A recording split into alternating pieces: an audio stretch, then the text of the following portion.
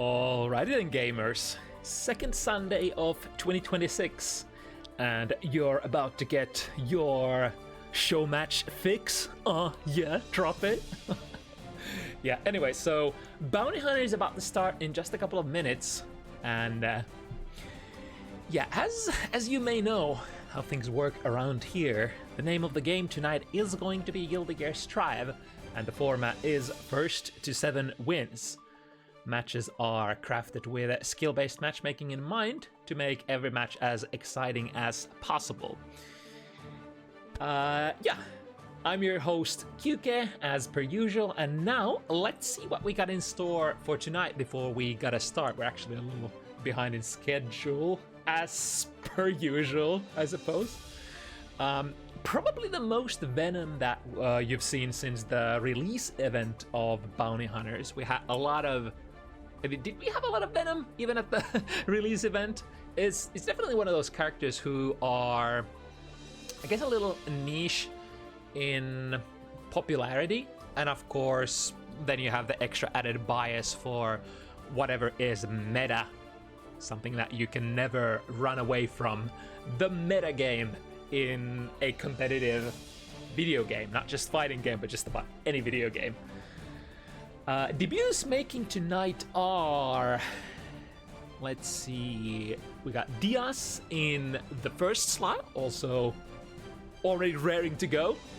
We got Tenis in the 4th slot, and Lucaro in the 5th slot. Starting with like 2, freight train kind of matchups here on the numbers 1 and 2 slots. Then we go into our random select match for the 3rd one. Scarlet is going to be playing random for the first time on Bounty Hunters. Then we have a little set play segment of sorts after that. Coming in with characters like Milia, Bridget, Venom. And then we finish the evening with a bang as the Uncle Badoor and XarioS clash in the slot number 5.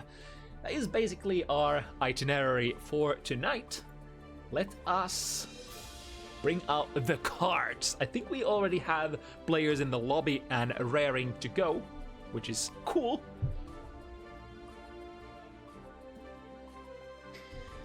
We were talking about how Venom, not necessarily the most popular character out there, but this other character here on the left, Slayer, definitely one of the most popular ones. Has always been, and probably will always be, regardless of how strong he is in the power scaling. Even at his worst, Slayer has always been a fan favorite. As we sort of notice from the frequency that this character does get featured on Bounty Hunters, which of course depends on how often people want to play.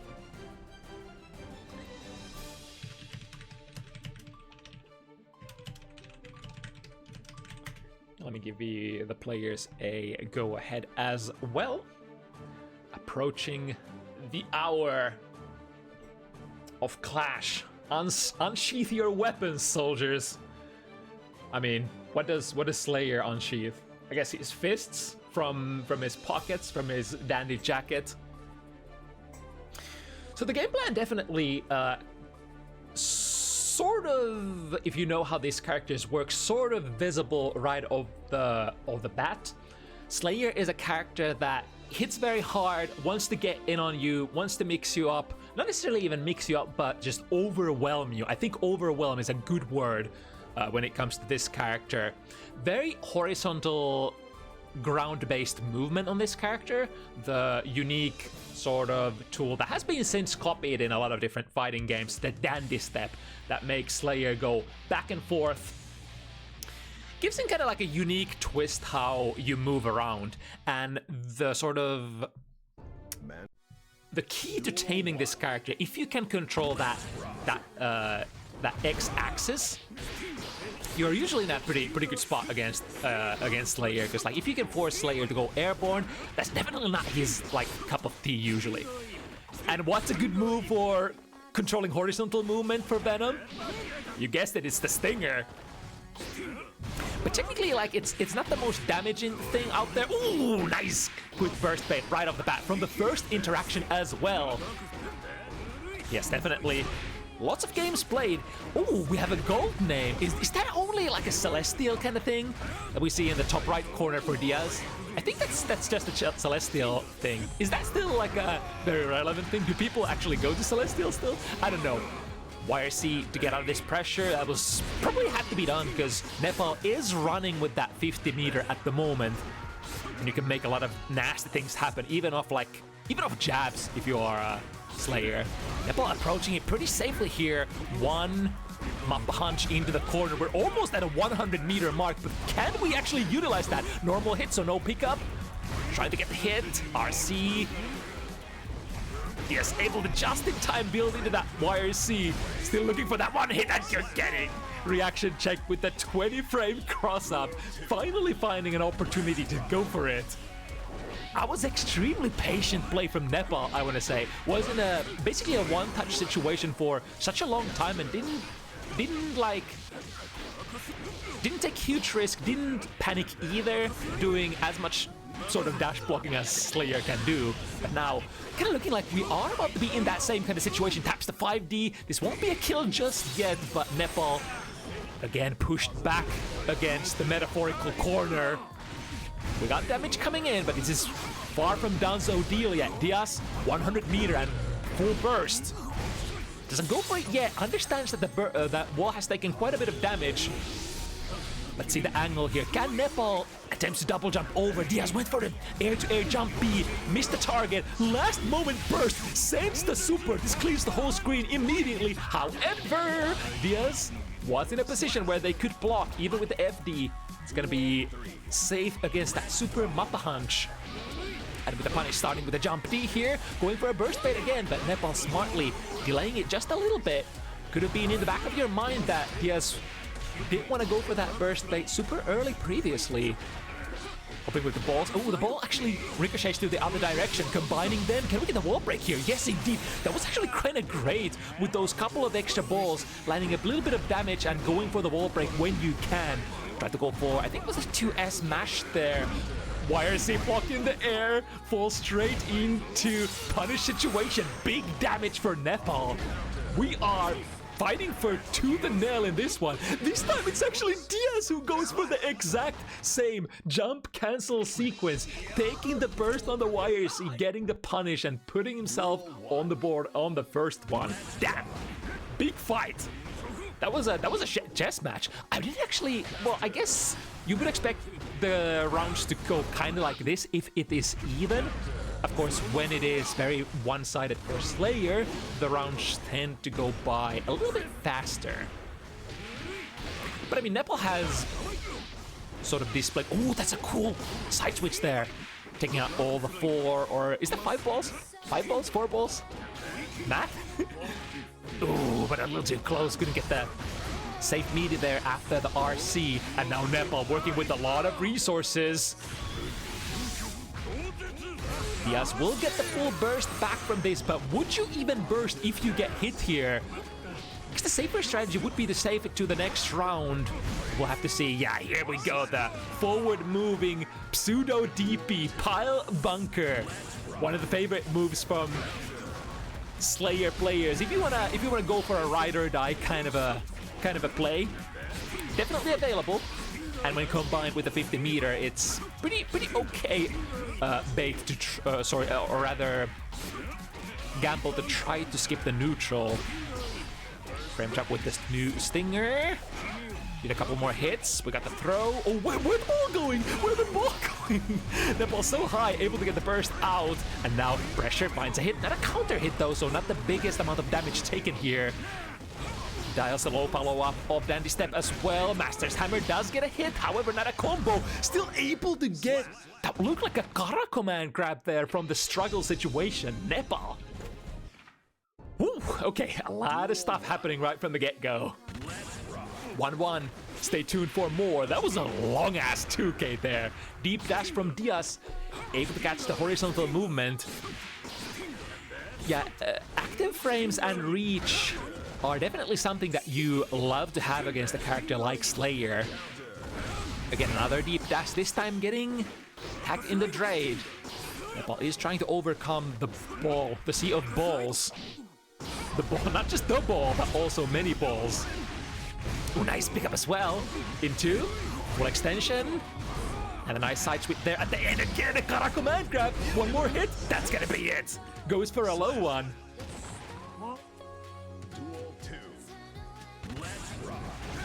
Ooh, caught them out of the air with the classic 6 heavy. One of the favorite buttons, again, in the Slayer community. Block the 5D, able to get a small punish in there before Nepal releasing the burst in an aggressive manner. But the hit on the low hit, the low follow-up of Dandy Step again. Doesn't quite manage to break the guard of Dyas here. Set play with just ball that was left behind. Cute at the 6B, or sorry, the 6 heavy before the super could go online. So this is gonna be a soft knockdown. Good block so far, but you can only block so long, and Dyas recognizing that goes for a YRC, and this should be a wall break. Is it a kill though? No, actually a setup. That's even better. The Roboguy head, holding down the fort with the frames. Oh, OTG with the 6 heavy, good choice. I really like that sequence. Against a heavy character or like a high AHP character like Slayer, it was probably optimal to drop that combo there and just go for a setup using your super on Venom's side. Big hit. Now Dyas doesn't have a way out of this one. No combo breakers available. Reset into Master's Hammer. Again, a normal hit, so can't get too much. But even on a normal hit, or rather, even on Block Master's Hammer, quite the tool to extend your pressure. Definitely a tool that requires response from your opponent. Can't just stand there and take it. You're eventually gonna yield to endless plus frames and endless pressure. Alright, early burst. Not to get caught in the corner. Dyas could have gone for a counter burst. You have to understand the sort of the archetypes or the roles of these characters. Dyas probably, instead of forcing pressure with the burst, wants to keep it as a measure to get out of the opponent's pressure, because you are the more stable character at neutral. You want to control, so even if you have an opportunity to maybe try to force it, you probably want to save it for a rainy day instead, in case Slayer manages to somehow get in on you. Blew up. Ooh, the footsie's there at the 2D. Classic Venom stuff from back in the day. This could go into a wall break if you want to. 6 heavy at the end turns out to be a happy little accident. Dyas with the 50, Nepal with the full burst. Ooh, fast RC into a 2P. That might have been a miss input there. Maybe wanted to go for a special move of some sort. But what is done is done. Took the ball in the air, so will be locked in motion here, unless they're able to get the jump off. That was a huge deal. Nepal could have been locked into a chip kill, potentially, and now working with a 50, try to go for a poke of their own. Aggressive burst in the most Slayer possible fashion. Can we get the side sweeps? Yes, indeed, into a wall cling, and Nepal showing that the sort of gamble definitely paid off there. Was looking a very dangerous kind of situation, and losing the burst would have been a huge bummer as well. I mean, I guess it technically was the rounds were in favor of Dyas there, so you kind of had to make something happen. Ooh, wait a minute, the first 2 heavy of the game here. The low crusher of the century.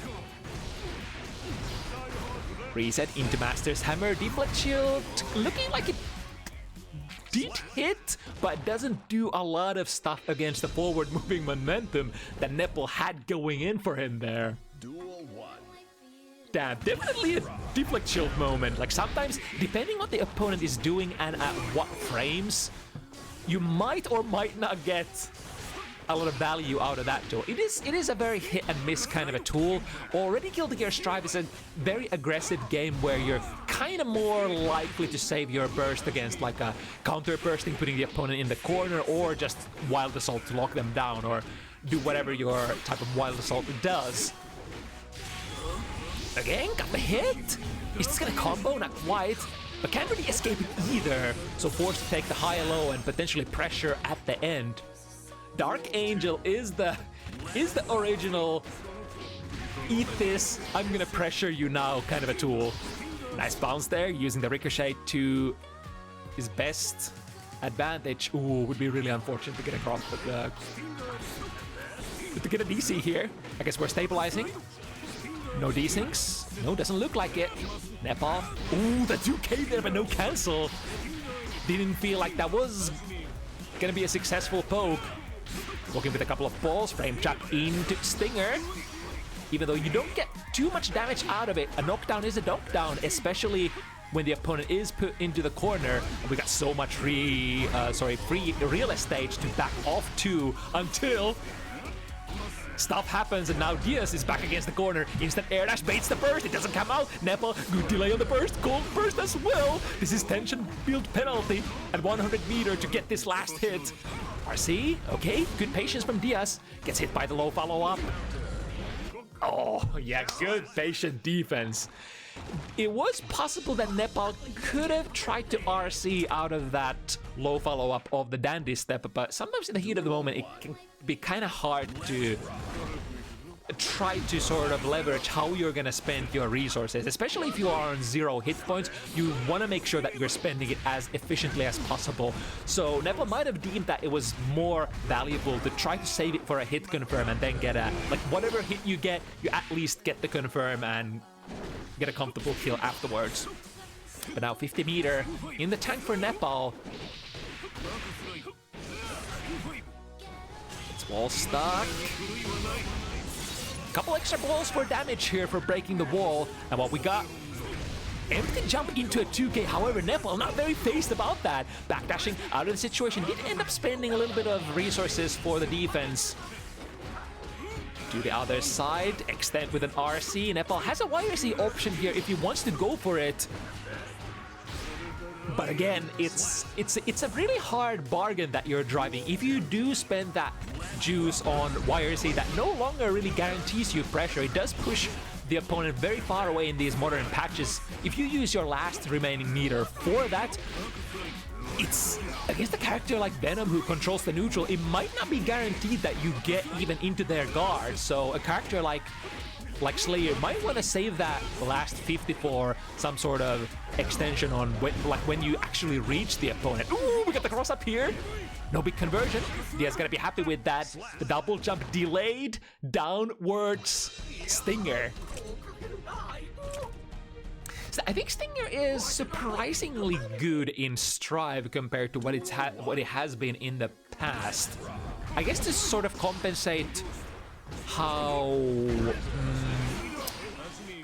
like you do have way less sort of like fewer angles to attack from compared to the older Guilty Gears, and sort of to compensate you do have a little bit of an air fireball game as well. Of course you will always have spending the 100 here.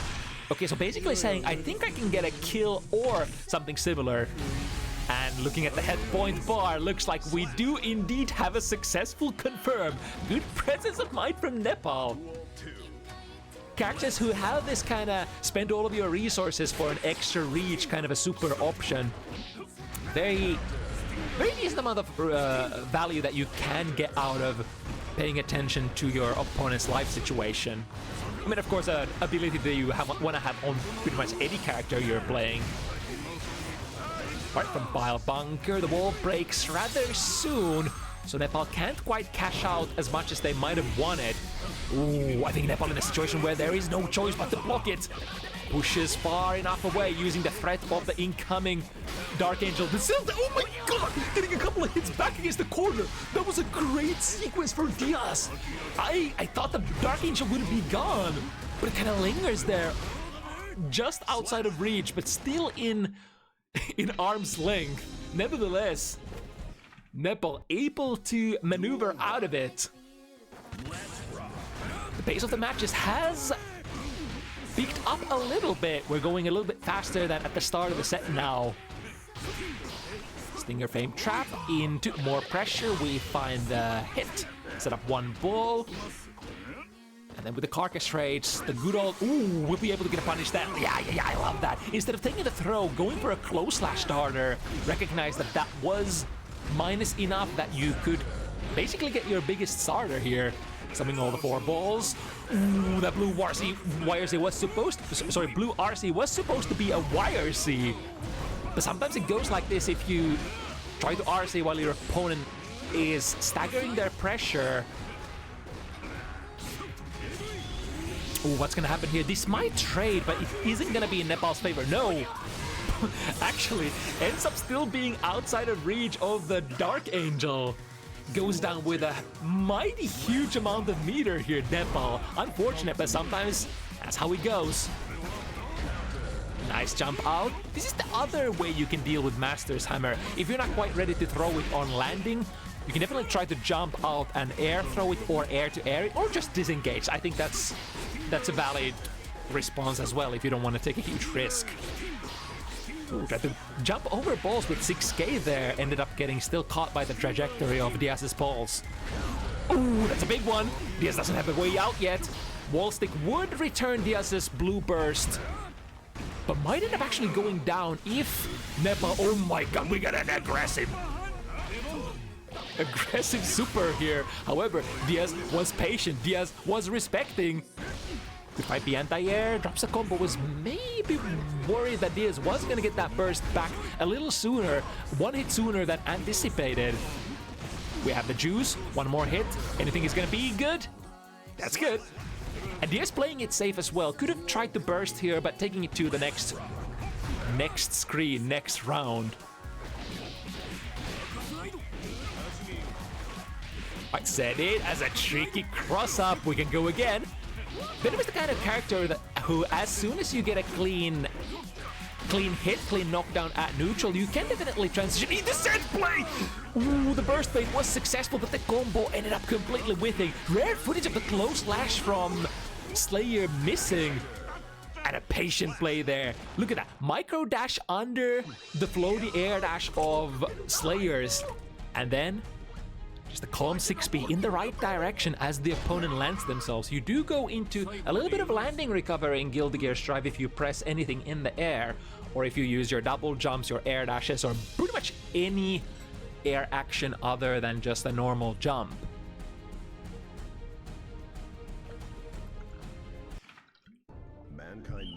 Also, howdy Raiders from Vlink's stream. Sorry, we were so zoned in as per usual that we didn't even notice, but first matchup of the evening here. Oh, tricky angles. It is completely okay, especially if the Venom player wants to be a little bit more zoning. When you're sort of facing a wall of balls that is kind of hard to overcome, you could make the executive decision to just hold it and block and wait for a little less ball infested moment to try to shoot your shot. But now Nepal has definitely shot his shot here. Can we get a wall break? Yes, indeed, with a super as well. Ooh, that must have been a misinput there. Getting a close slash. The good news is you are gonna take that amount of meter to the next round. Can RC here? Let's see the skips. Straight into the guard of Dyas. Jump out, 6 heavy from Slayer, lands though. And another 6-6 cross-up.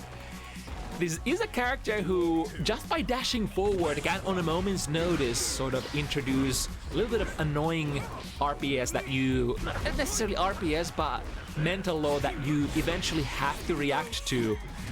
It's kind of like the premise of Slayer, not necessarily a lot of true mix-ups, unseeable mix-ups, but everything combined together kind of forces you to take these scrambles when, like, even if you wanted to play a little bit more safe.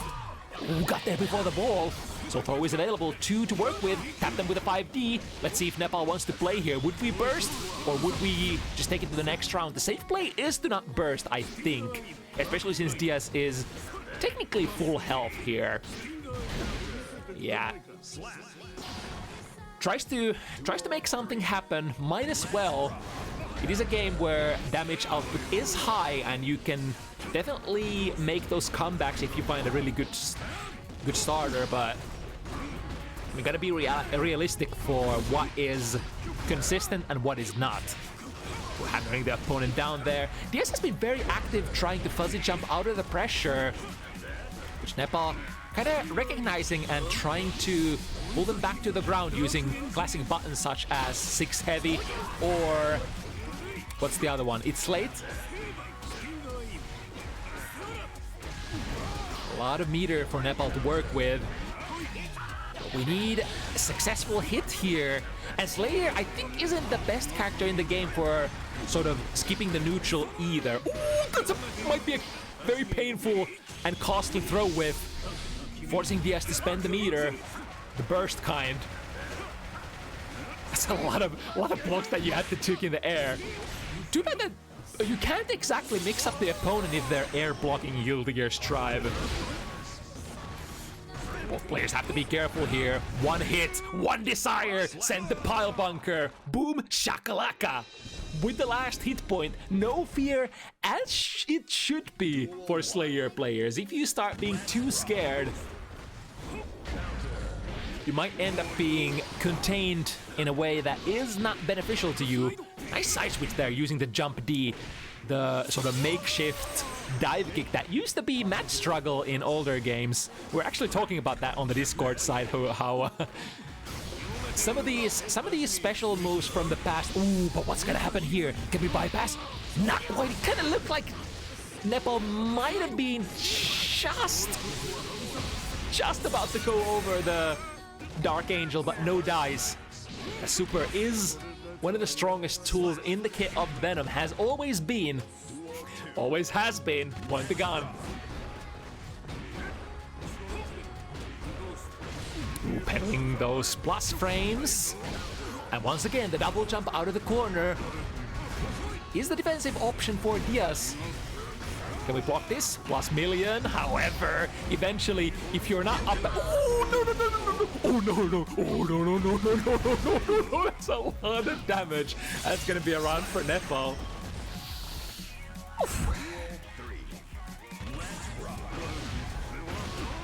But normal hit?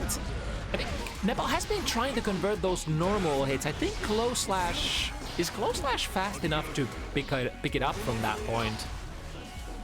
Goes for the 6P a little too early. And now you'll have to face the consequences. Universe counter hit, you're going down. And Nepal has picked up just enough momentum to arrive to 6 points at a crucial moment when the opponent is only at 4. This is looking like a good position for Nepal to potentially take it. We also have an opportunity to lose a couple more rounds, a buffer if you will. So Nepal is gonna probably be sitting pretty safely, not safely but comfortably for the next couple of rounds.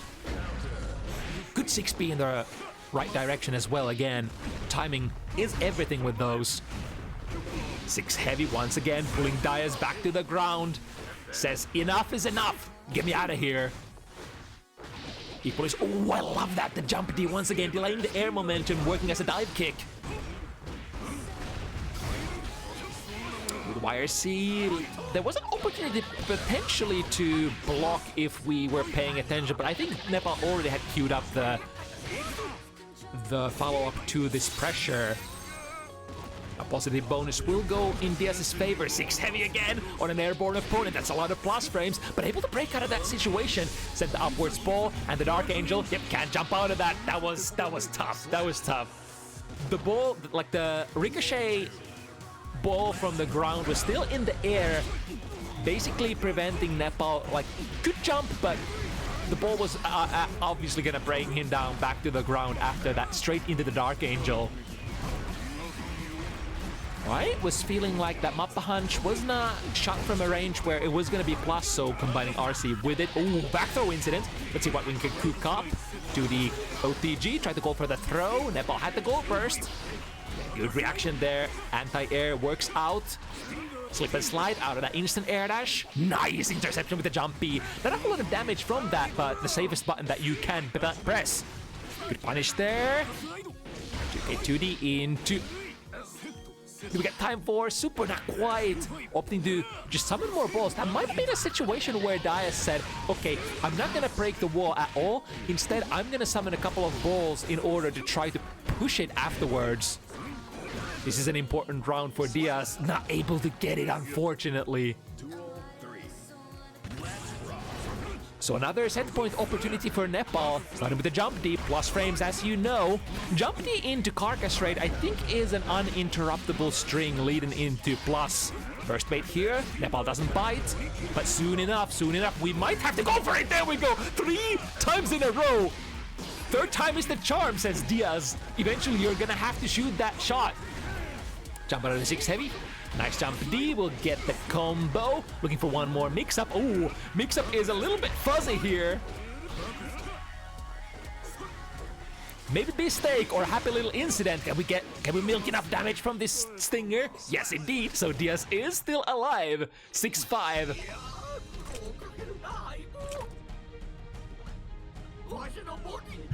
Yes, definitely going for it. At this point, I would say if you're at 5 instead of 4, if I'm the player at 5, I'm probably gonna be in a mindset that okay, 2 more to go. It's just a normal double elimination set, so like an FT double elimination set that we have to win here. Definitely doable, no problemos. Nice delay on the stinger again. Those stinger frame traps have been working out pretty well for Dyas, but of course you could argue that it's not a big thing for Nepal, even if you mash into it, because it's just gonna knock you down and maybe give a little bit of real estate for the opponent. Ooh, nice interception. And Dyas a little short on the burst meter. Plus million from the Master's Hammer, tapping the D. 20 frame mix-up sinks in. On the hit with the low to the other side, Dyas still opting to not go for those aggressive bursts. I do love how Dyas has a game plan and sort of choosing to not compensate at all. Playing it by the book, playing it till the end. Ooh, that was a nice 2K. Not comboing, but we can definitely pick up the stagger pressure afterwards. It's the kind of thing that happens. Sometimes you're just already committed. Ooh, wow, that thought big counter hit. Dyas burst immediately. Now there is no safety nets left for Dyas. At least on this round. The lucky thing is, or the safe thing is that Dyas is sitting on a round lead, so even if we are down a full burst and might go down this round, we still have another opportunity to live another day. Close slash, yeah, I think this is a kill, right? Last horizon, you bet your ass. Bite it, get young, pump it up, and punch it out. Boom. All right. It all comes down to this. Live or die, Dyas. Make your choice. Started with a 6 heavy, pulling the Venom player out of the sky, as has been sort of the trend here. But I mean, it's much better getting pulled out from the sky with those good normals off Slayers, much better than getting counter hit. So you're kinda dealing with the lesser evils. Ooh, good pressure. Good patience here, waiting for the frame trap, not getting mashed this time. Nepal has the advantage now, even though life situation looking like it's going for Dyas. The momentum favoring. Ooh, and a clean hit as well. Look at the damage. Big boom shot. Blue RC slows down the opponent's frame. Wasn't quite in the market to go for a throw mash there. 100 meter Slayer. What can we do? Slow down the frames. We got the hit. If he doesn't drop, it's gonna be it. Just a clean, simple pile bunker is gonna be it. Nepal takes the set 7-5. Good shit from both players. This was a really nice showcase of 2 extremely different kinds of characters and how those game plans sort of were played extremely well from both sides. Good control from Dyas, but at the same time, extremely good patience for Nepal. Waiting for your turn, not just getting clipped left and right all the time by the incoming balls. Able to frequently enough get in there and choose the RPS situations that you play.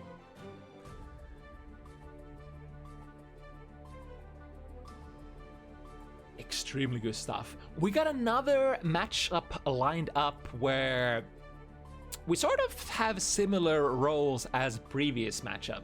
So Aatreus on Nagodiyuki here, Tomi on Happy Chaos. So you might realize from these 2 character picks, if you are familiar with these 2 players, Tomi one of the Finnish Zato Grandmasters, has been playing a couple of different characters, has been playing Potemkin, has been playing Happy Chaos, and Aatreus also much more known for his Anji play.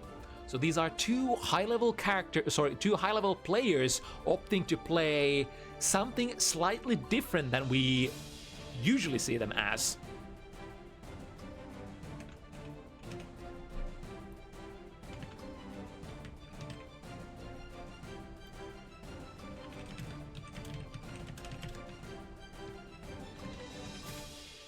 But yeah, the roles are pretty much set here. Tomi wants to keep up the control, wants to potentially control the pace of the match, which usually happens after blood gauge reaches a certain threshold.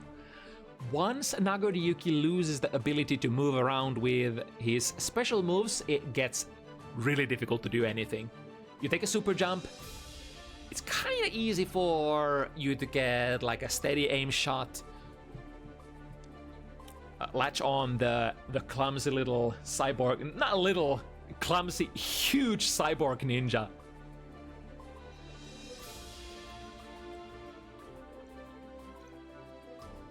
But when that blood is available, you have to be kind of careful on Happy Chaos side. Something like whatchamacallit, the Fukyo into Beyblade, Fukyo into clone Fukyo into clone. I mean, I guess you can do Fukyo into clone Fukyo, but technically, like any combination, like the most common things that you're gonna see is Fukyo into Beyblade to cover the whole screen, and then the classic clone Fukyo to try to close in on the opponent, as long as you're not like at full screen. There is a little bit of a limit here from what distance Nagoriyuki can engage from, especially when Beyblade is concerned.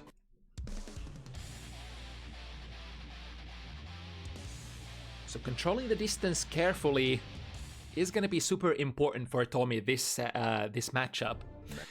And I wonder how much Tomi has had an opportunity to practice this. These are sub-characters, starting with the K buttons. 5K from Nagoriyuki, 2K from Tomi, completely whipping, airballing each other.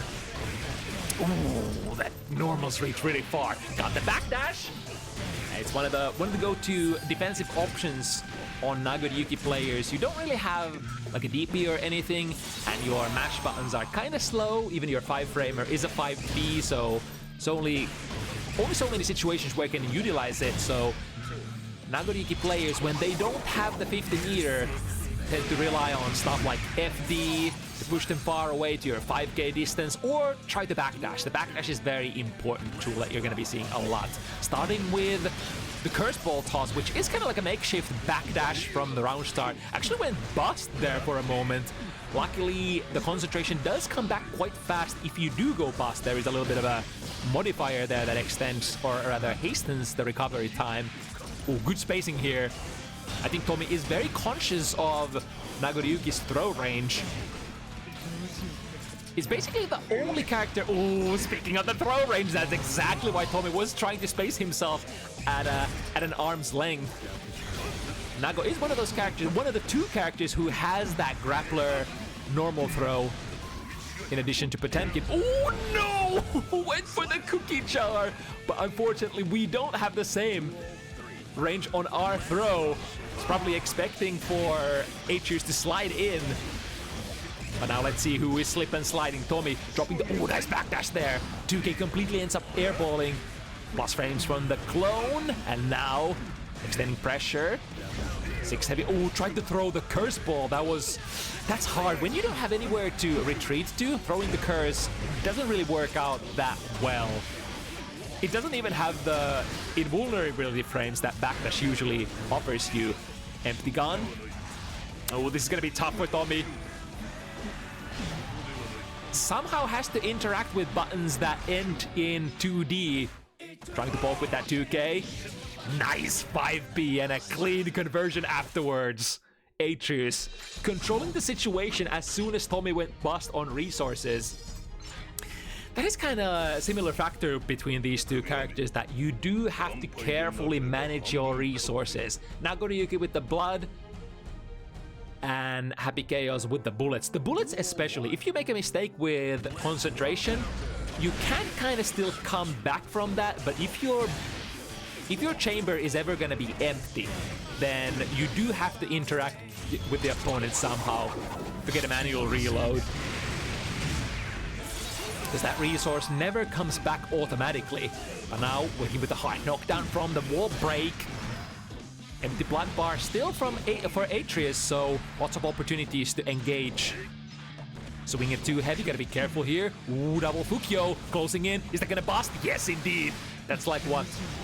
2 Fukyos is try to go for the bait. Damn, Aatreus still going for it. This is a risky play. Misses Glow Slash, goes to the 5 heavy, finds the hit. Sorry, 5K goes.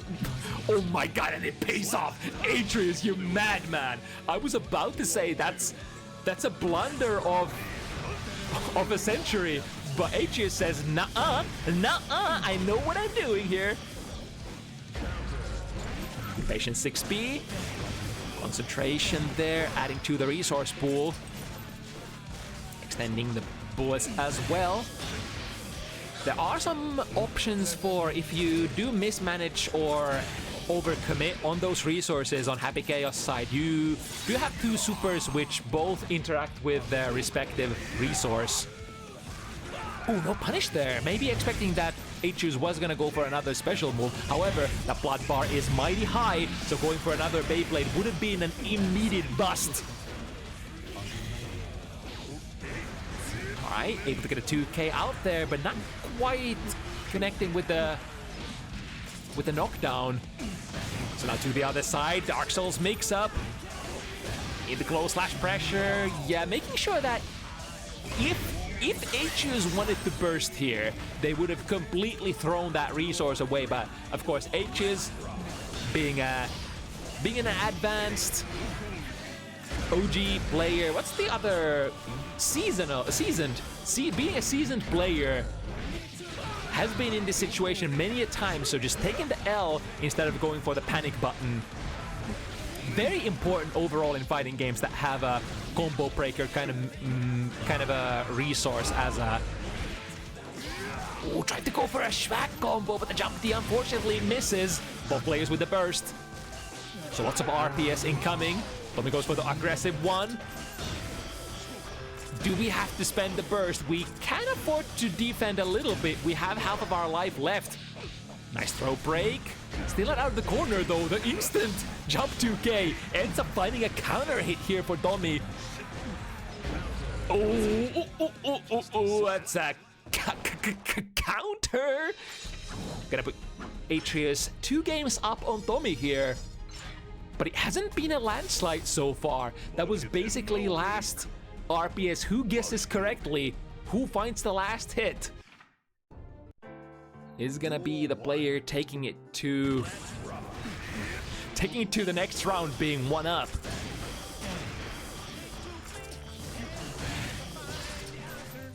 A patient defense here, finally unleashing a 2S, making sure that, or rather, giving an opportunity for Tomi to land safely.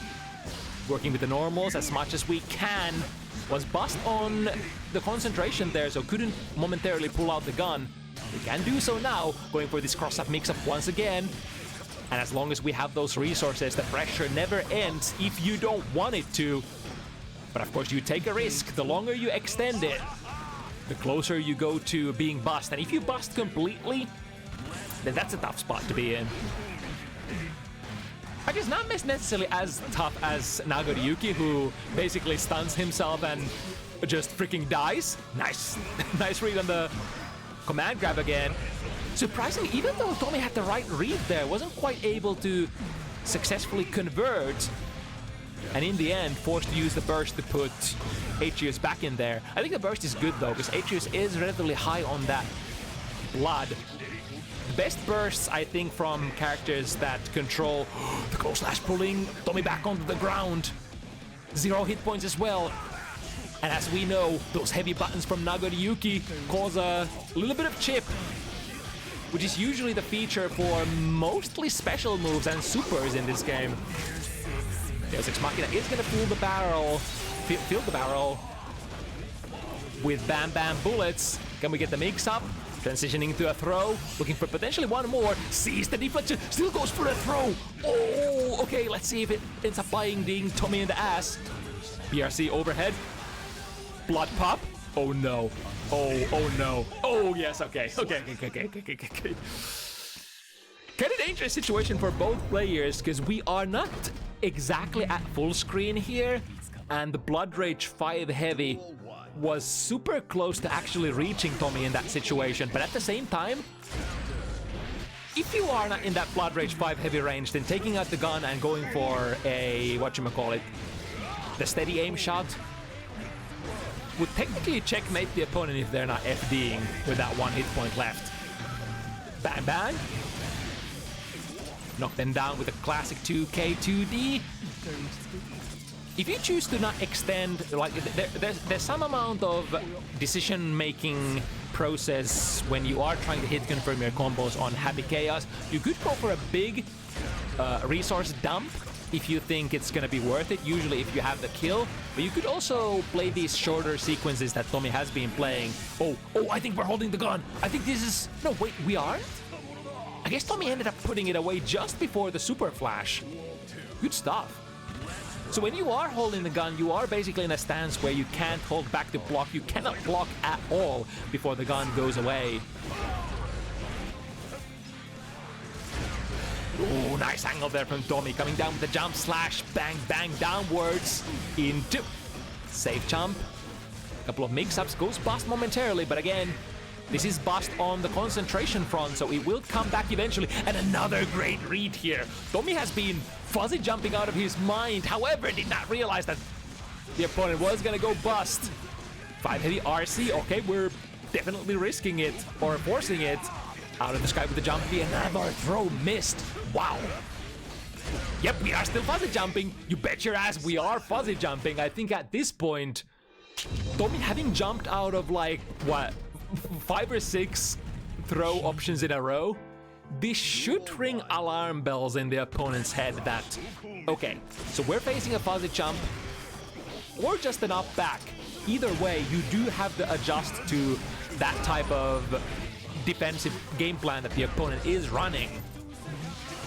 And generally that sort of encompasses delayed sequences so that you can either catch the opponent trying to, like catching the opponent out of their jump startup, or just catching them during the jump is pretty okay as well. You can pull them back onto the ground with plus frames.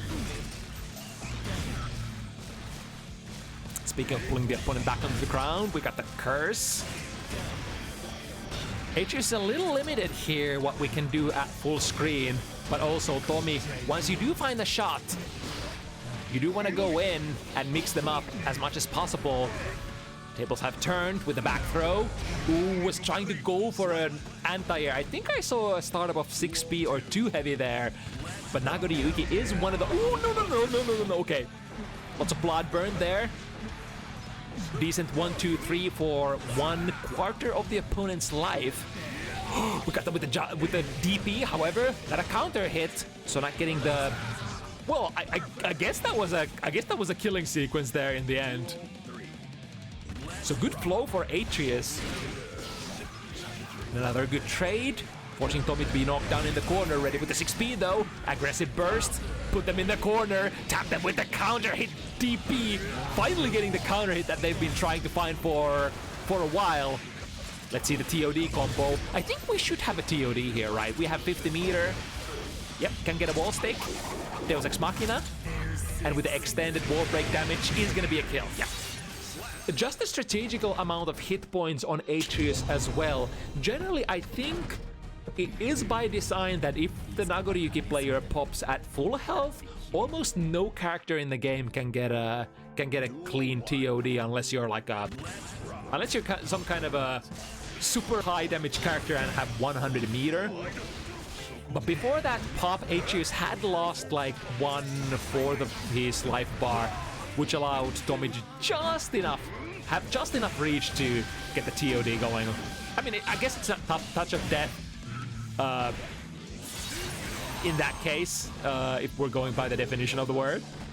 But almost touch of death kind of a situation. Scan pulling back from the sky with the... Ooh, okay, the punish. Recognizing the pop. Yep. If you see your opponent Nagoriyuki holding on to that FD, that probably means that something fishy is going on. If nothing is happening, they're at full screen and just seeing green.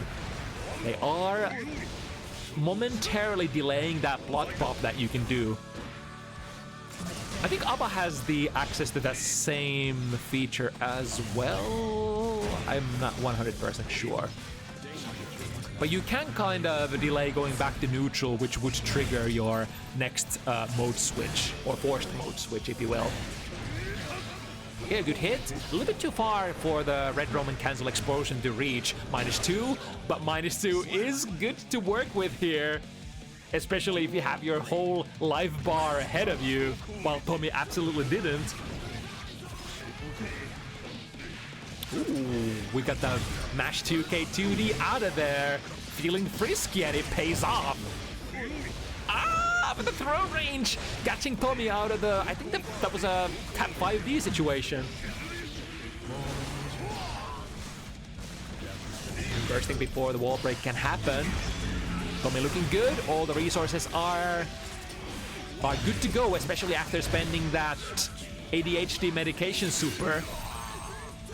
Not a hard knockdown, but mind the blood. Oh, nice jump, K! This could be a kill. Is it gonna be enough? Misses with the jump, with the DP. Forced to block here. That's actually a punish, however! Tomi doesn't go for a conversion. What can we do with the 2P, 2P, 2P? Especially if the opponent is airborne, I'm not sure. Cheap kill territory. Gotta be really careful. Engaging from an air dash. Spending all the resources. Getting the throw. OTG. Maybe not available. And Aatreus just taps the 2S. Wow.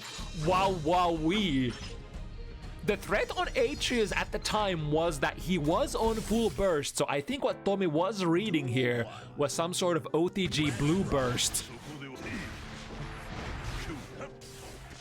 And good on Aatreus, absolute balls of steals for holding it in and not just queuing it up. 6P to the right direction, good confirm. Wow, a lot of characters can't really milk this kind of numbers, and a wall break from a position such as where Tomi was able to get this combo. Happy Chaos truly is one of the best combo characters in the game. If you do have the dosh, the green, the capital, the resources to spend, and just a casual instant air dash jump slash to end the round. I think. Because Tomi has been going for it, I believe it's going to be a safe jump against 9-framers, which Nago does have access to if you have 50 meter on the wall break. Can go for your reversal super. Ooh, that looked really tricky there. I wasn't ready to block that, but that time Aatreus didn't have to. The back throw takes care of it. Too heavy out of the sky. Opponent is grounded, but he's also working with only one bullet, so... Yeah, very tough situation to be in. Just hold the burst, take the L, go to the next round. Start with the DP again. It's a very common round start that we've seen. Tomi jumping at round start, usually forward, and then meeting the big hitbox that is the DP from Nagoriyuki. Not really a true DP, it is not invulnerable, but it is one of the DPs, or rather one of the hitboxes of all time. So very hard to contest. Kind of same way as Pile Bunker from the other Nightless.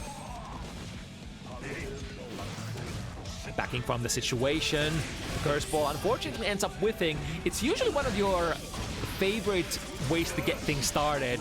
Get the curse before you start the bang, bang, bang, bang, bang. Uh-oh, went bust?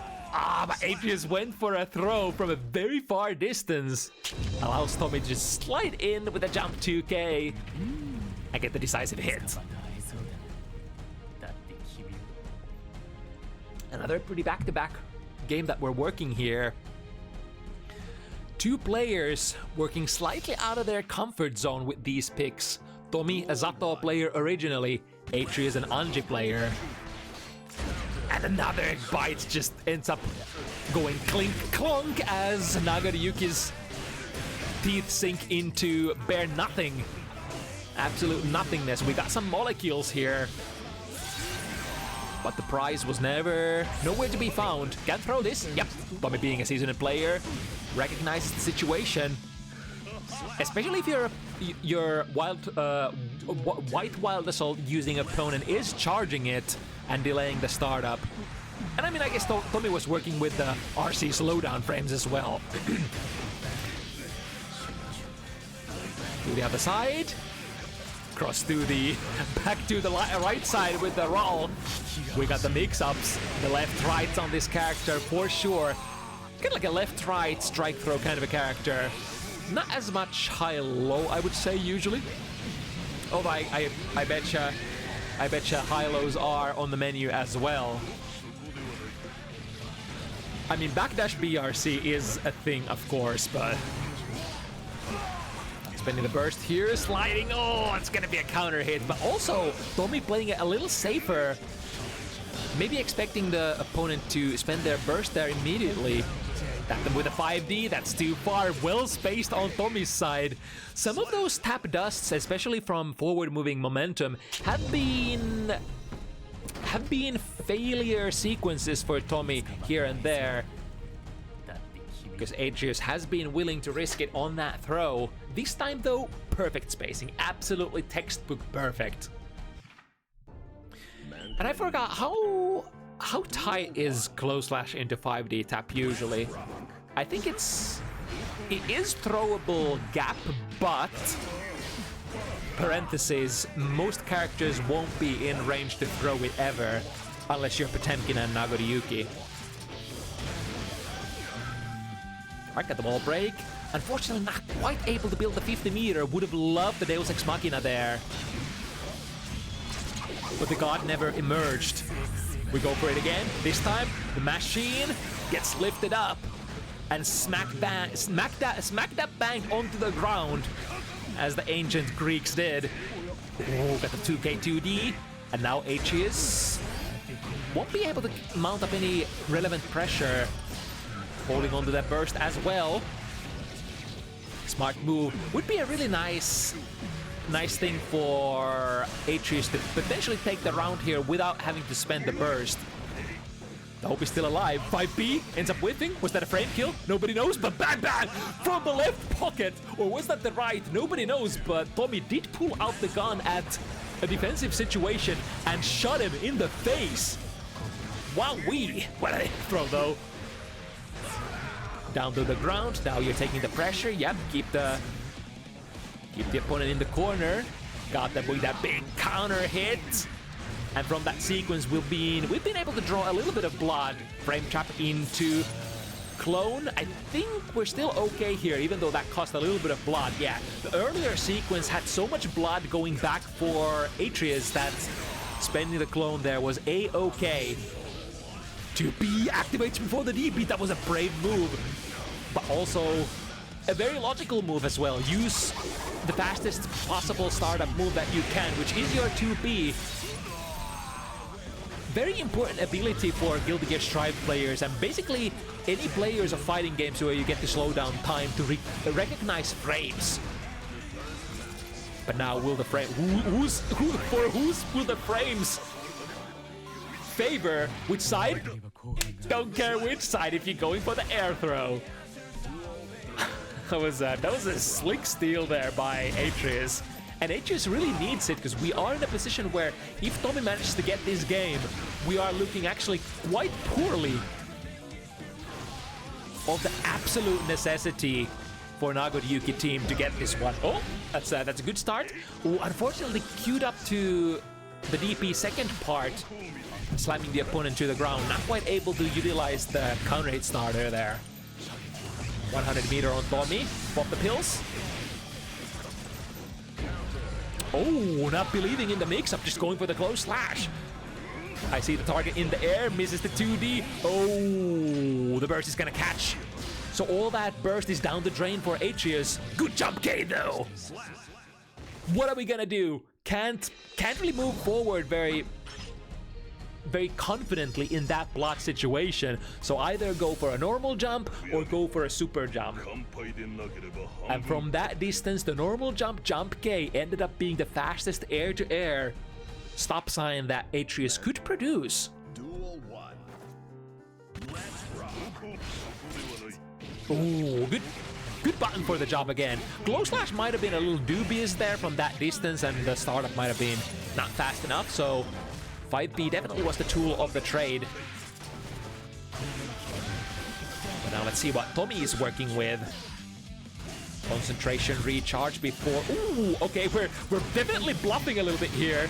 That's the 5D. Aatreus says you have no bullets, so I'm gonna go in. I guess generally Aatreus would love to get the burst where Tomi gets burst to the corner, but I think this is the right call. When the resource management character messes up their resource management, that's when you capitalize. That's when you have to aggressively go for the burst if they manage to get a hit on you. So in that way, I feel like both these players have been playing the counter resource management really well so far. Started with the far slash. Just a small combo to set up the more lucrative combo position. Again, Dyas into the second hit. No big combos yet. I say not big combos, but we've been working with 3 small ones, and I think this third might be really close. Into Blood Rage 6 heavy, not quite enough. But this will mean that we have a full fresh blood bar at the end of the sequence. Samurai mix. Swing with the DP. Come at me, bro. Tomi swinging with the 6P. Swap the samurai out of the sky. Play some Dark Souls. Press that roll. Ooh, that was a clean sequence from Tomi. Kind of committing to the idea that I think you are gonna get mixed up. And if you are going to get mixed up, then that dictates you have to burst immediately. So Tomi already kind of putting himself in that headspace, drifting backwards with the BRC. Is the burst coming out? No? Okay, take a micro dash. Is the burst coming out now? Yes. It was kind of like a situation where Aatreus couldn't on a good conscience delay the burst any longer, so Tomi going for an extended sequence of burst baits and finally finds it. Putting himself in 6 points, now tough position to be for Aatreus. We need 3 in a row. Ooh, and that blood investment didn't pay off either. Got the clone hit, but didn't follow through. It's okay, it's still only 1 blood bar, and we got 2 clean blood bars ready to go. Potentially 2 special moves, 2 big special moves, and maybe 3rd. For a with burst. Ooh, we got the DP. This time we're confirming. Oh, are we though? Are we though? Aatreus with the burst bait. Tomi says, nah-uh. Oh, too close, too close. 1 pixel too close, getting back thrown towards the corner now. Tomi patient to play it safe, and patient. Ooh, footsies, man. Here we go with the 2S swipe on the ground. Don't challenge me. Both of these characters have really good 2S's. And once again, it's timing and spacing that dictates all of it. Curse has been applied. Basically, the gambit is, if you think your opponent ain't gonna engage aggressively, just go for the curse toss. Nagoriyuki will have to burn blood in order to be able to sort of close in on you, so would have to go for some sort of probably Beyblade or Clone Blade. I mean, you could Fukyo forward raw as well, but I'm not quite sure what you can get out of that one. If you're expecting a round start curse ball, by the way. We're gonna tap 5D, converted as well. Aatreus. Comfortable taking this L still. Save the resources till next round.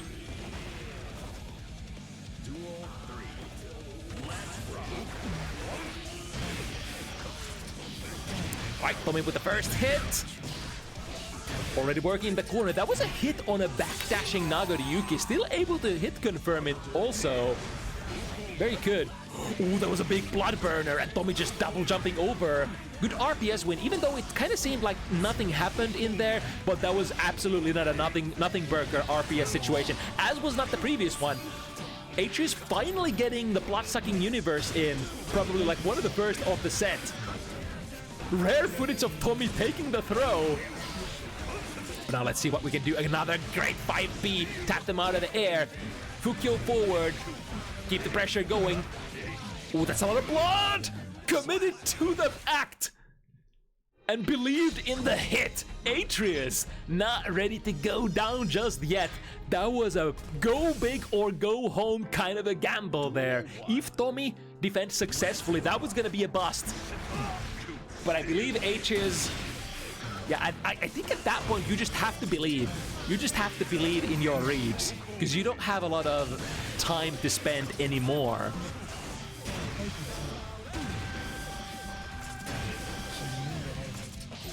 Right, great management there.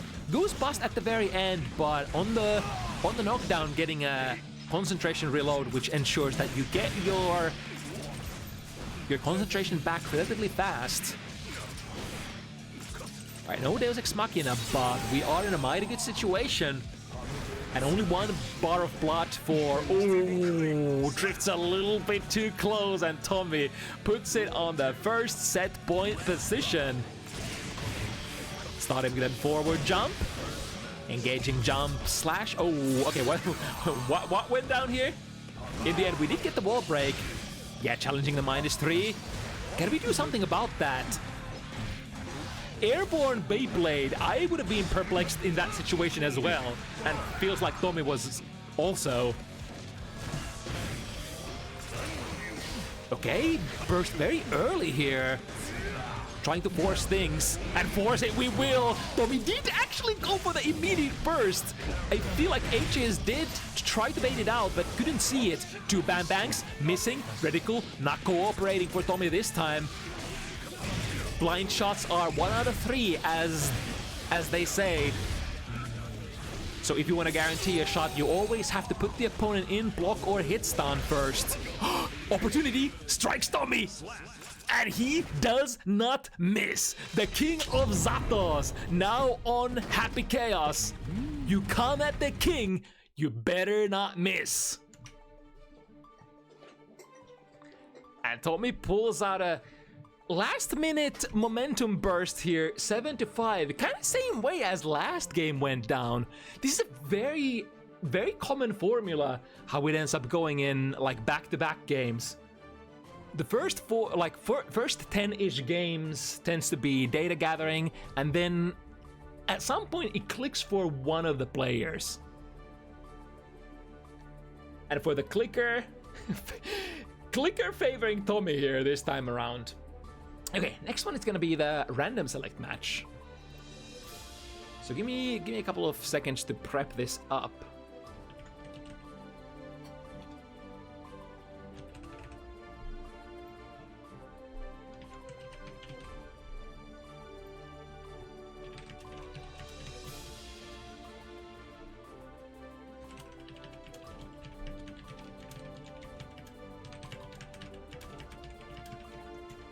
Oh, yeah. Let me actually ask Scarlet. You want with or without duplicate randoms? So what I'm referring to here is there is an option for Scarlet to choose if she wants to get duplicates or if we remove the character from the random pool immediately upon landing.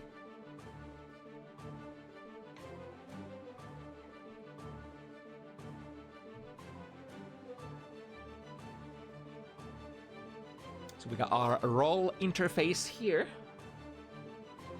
Find duplicates? Okay, so first time in a while where we are not going to remove the random pick from the pool. So that could mean that technically Scarlet could get her main over and over and over and over again. We are gonna start with Bridget. And we have Scarlet's power tier list here on the upper portion of the screen. This is the player's self-evaluation. So Bridget is gonna be in the good tier, so the upper part of mid-tier characters. This is of course not like a standard traditional tier list. This is Scarlet's opinion of how she feels like she performs on these characters, sort of in relation to one another. Not really in relation to like the rest of the player base. It's kind of on your personal preference kind of a vibe. So basically that means if we look at the Bridget, the pick that Scarlet got for the first game, it's gonna be like, okay, not the best. But if we were to random to say Dizzy, that is probably one of Scarlet's strongest characters, that would be usually considered like a sort of certain win. Because how we usually craft these random select matches, especially if the opponent does not random as well, and tonight it's only Scarlet who's going to be randoming. Yappie is going to be character locked to their main character Testament. So how we usually try to sort of construct these is that the sort of middle of the road is the target where we're trying to balance it. How do I say it so that it makes sense in English? So if we put Yappie's character on this tier list, it would land in an optimal world somewhere in the middle of the spread, right? But of course that's not the case because like we only have one player randoming. So there is fluctuations for how likely we think a particular matchup is the win for either one of the players. I forgot to put it in a single match, but I think we can fix it. We can fix it after the first game. Okay. Mankind knew that they cannot change society. So first time Scarlet has entered Bounty Hunters on a random select. We've seen Yappie a couple of times in Bounty Hunters already. Established on that Testament. And the keep awake playstyle.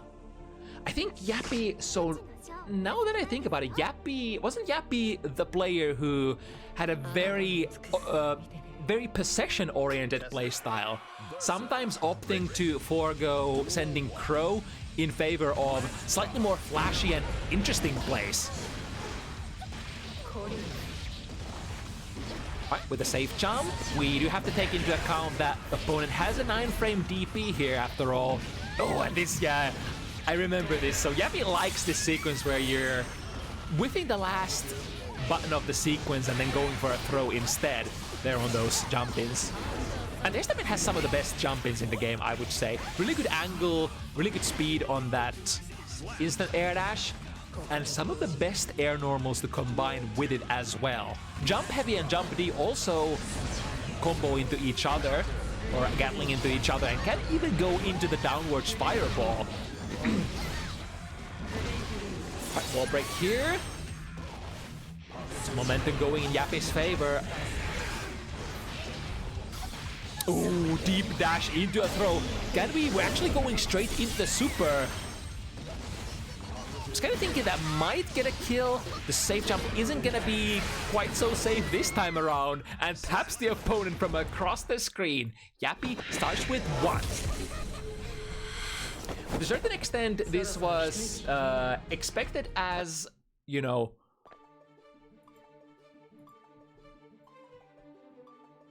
sort of the higher the character random into. Let me actually fix this before we go any further. So put this into winner stays.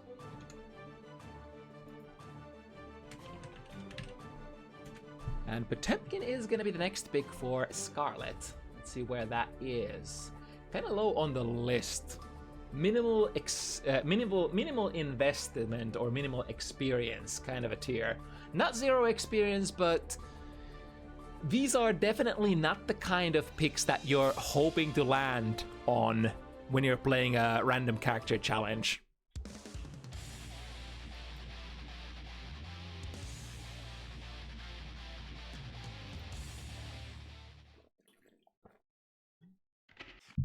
Mankind. And I think, how does this matchup actually look like in an optimal scenario? I think a lot of characters aren't too comfortable playing against Potemkin, but I guess like Potemkin play, like when you don't have the experience on the Potemkin side. Ooh, the long grab range that we saw in the previous Nagoriyuki matchup, working for Scarlet here. Yeah, I'm patiently waiting for the teleport. This should break the meaty Garuda. Slightly harder to safely space away in modern patches, but still somewhat possible if you're absolutely cracked. Although the reversal super that Testament is working with as well is quite far range. Slight head plus 10, committed to the armor move. Does get punished in the...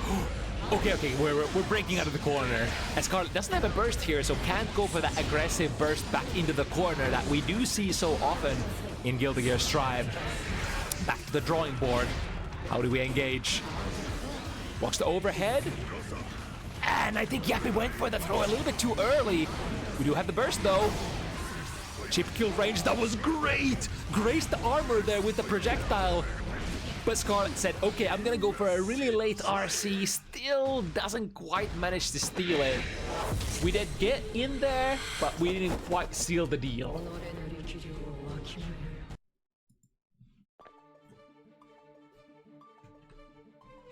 But the way is up from here on out. We've only had so powerful picks so far. Bedmanha is the next one. That is located in the good tier, so upper portion of the mid-tier characters. Still not the best of the bunch. If we look at the spread, I think the spread of characters is relatively even. I mean, surprisingly even for Scarlet.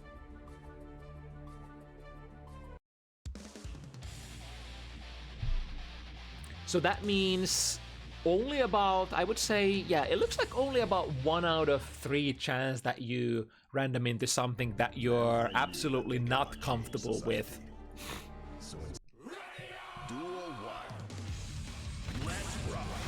Right, what we can do with that one. Starting with the jump, back jump slash actually ends up clipping Yappie, who was jumping forward there.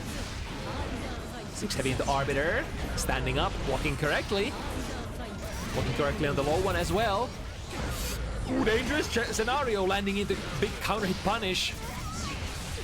Forced for Scarlet to spend the burst if you don't want to get wall broken immediately. Up fireball, the lingering hitbox does pull Bedman back onto the ground, send the curse. And now we have so many frames to work with. Again, with that. Is it like the button that ends up whipping there is the charged fireball, is it not? I'm a little out of the loop with some of the newest Testament stuff, so might not be able to see everything that is going on. To the other side, no response from the opponent, so starting with the 2K2D, runs into the S fireball, which is one of the most common party starters for Testament. If I have to name a tool that you're never really like regretting using, it's probably the standard fireballs. The S fireball and the heavy fireball are really comfy tools to use. The problem is that you're not exactly like furthering your game plan. You can't just throw like heavy fireball, heavy fireball, heavy fireball, or S fireball, S fireball, S fireball. To get like your best rewards, you eventually have to throw other projectiles as well. And I think the other projectiles are way more risky. Especially like the Crow is much easier to matrix dodge than the Grave Reapers. Ooh, sees the movement backwards. The air backdash in the sky. Went for the air throw. Fighting for this one. Once again, Scarlet is really good at reacting to that overhead. Ah, that comes down straight into the Crow. I wonder if the idea was to try to enable the flight there, but maybe wasn't able to get the input. There was an RC slowdown, right, as well.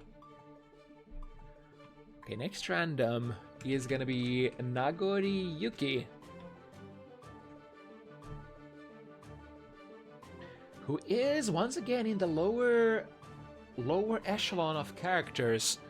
So no big hits for Scarlet so far. So the big contrast to what we were working in the previous event when it was who was it again? I think it was Spooky who was playing the random character pick and was randoming just left to right into really comfortable picks. This time slightly different story, starting with some okay picks but some unsure picks as well. And eventually, if you start, like, if you don't manage to get good luck, you do have to pull through with one of your weaker characters eventually. If you don't want it to just go down the drain like this. Okay, back throw is definitely a start. Yeah, the clone Fukyo cleaves the...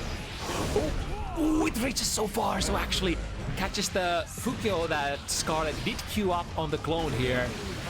Oh, this is a checkmate. Yep.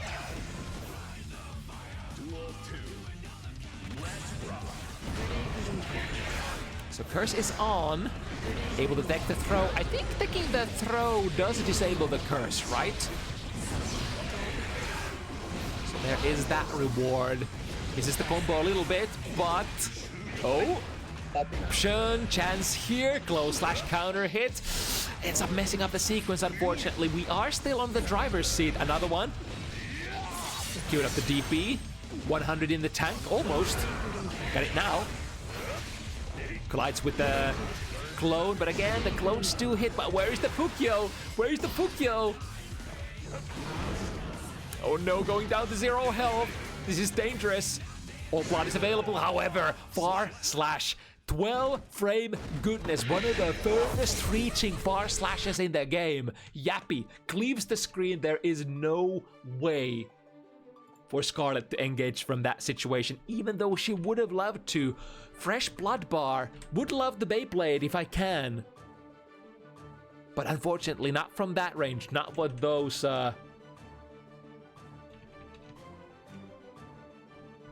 not from that range, not from that frame advantage, not from that frame advantage. And again, it's in the minimal experience tier. Colt Lewis, all of these characters, not really Scarlet's cup of tea as far as the power tiers are concerned.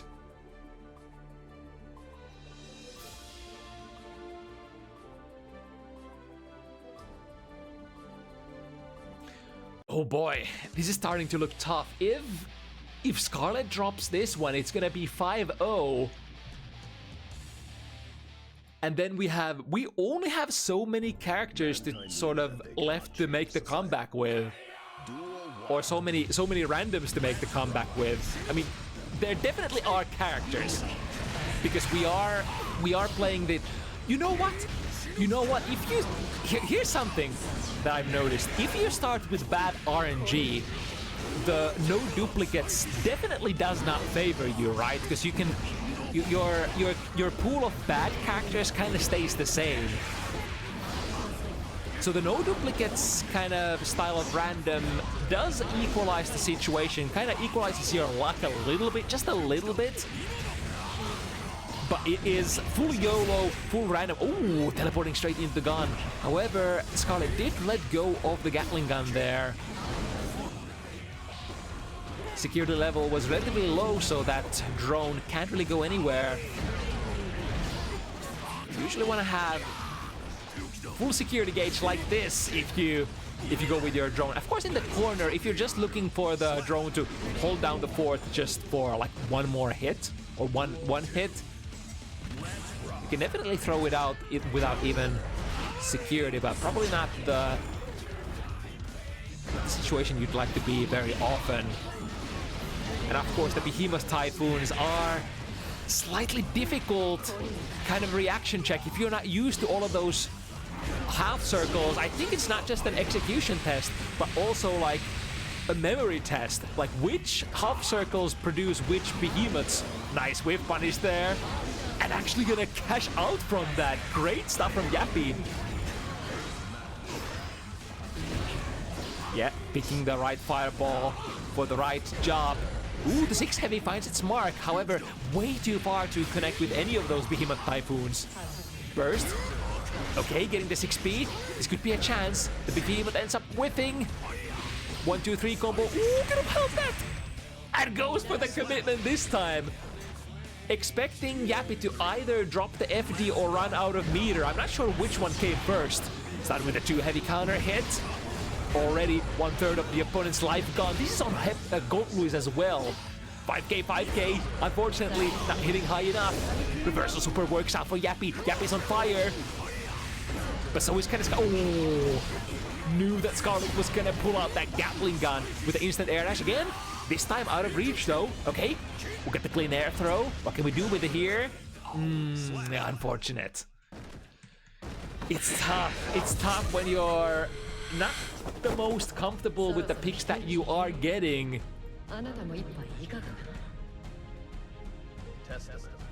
The situation starting to be dire. Did we put point in Yappie's account? I think we did, right? Did we? So Sol is gonna be next. Don't tell me, please, Mr. Bad Guy. Be somewhere safe. No, it's in a decent tier, but again, these are not the characters that you would love to make your comeback with. We are at the moment trying to score those 2 top tiers as desperately as possible. And Sol a character that does have to work himself in.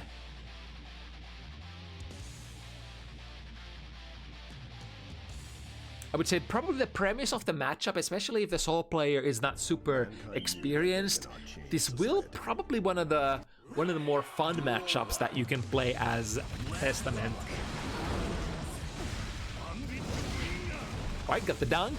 We do get into the S button range, which is one of the best places to be on Sol.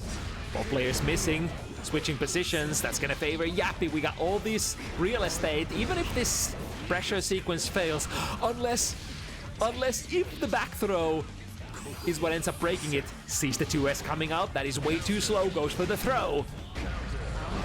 Smash that 6B. Burst does come out. I think Scarlet might have been waiting for the counter burst. However, Yappie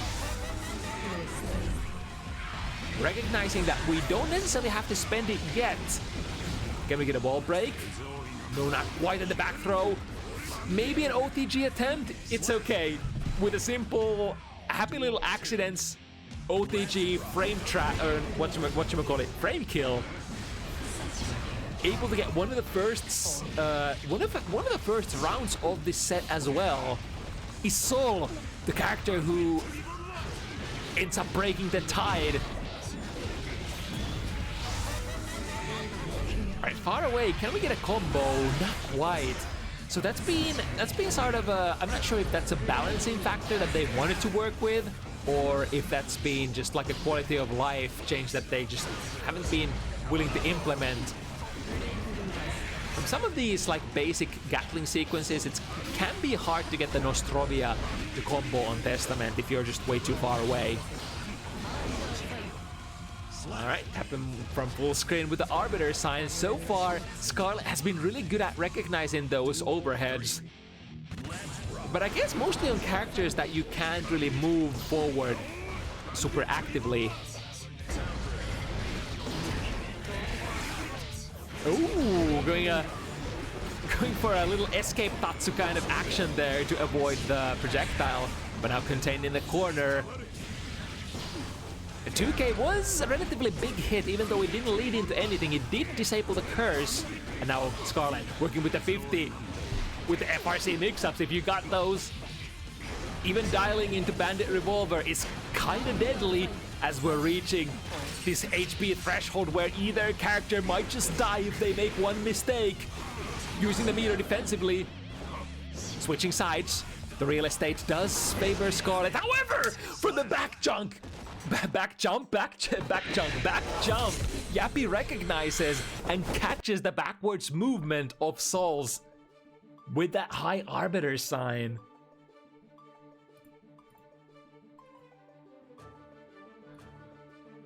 All right, it's do or die. Can we get one good character for Scarlet? No way. It is cooked. It is absolutely cooked. Well, we chose no duplicates, so it's that's how it's gonna be. It's Gold Lewis or nothing. Another tough matchup with an absolute bottom tier character in terms of, you know, your ability to pilot the cast. And it has to be a keep away character as well. That Scarlet has the breakthrough. We had a Gold Lewis versus Testament earlier. Didn't end up working out. But now or never.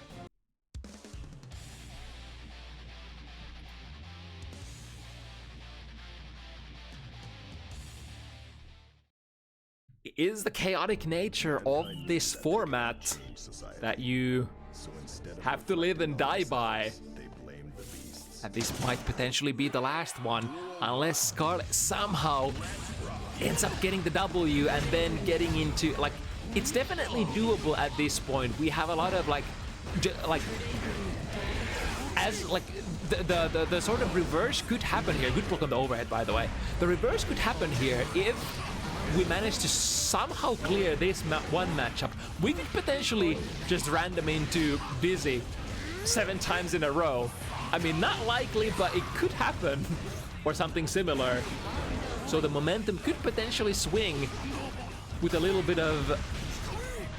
smile from Lady Luck. I guess at this point you kind of need a huge ass grin instead of just a little smile.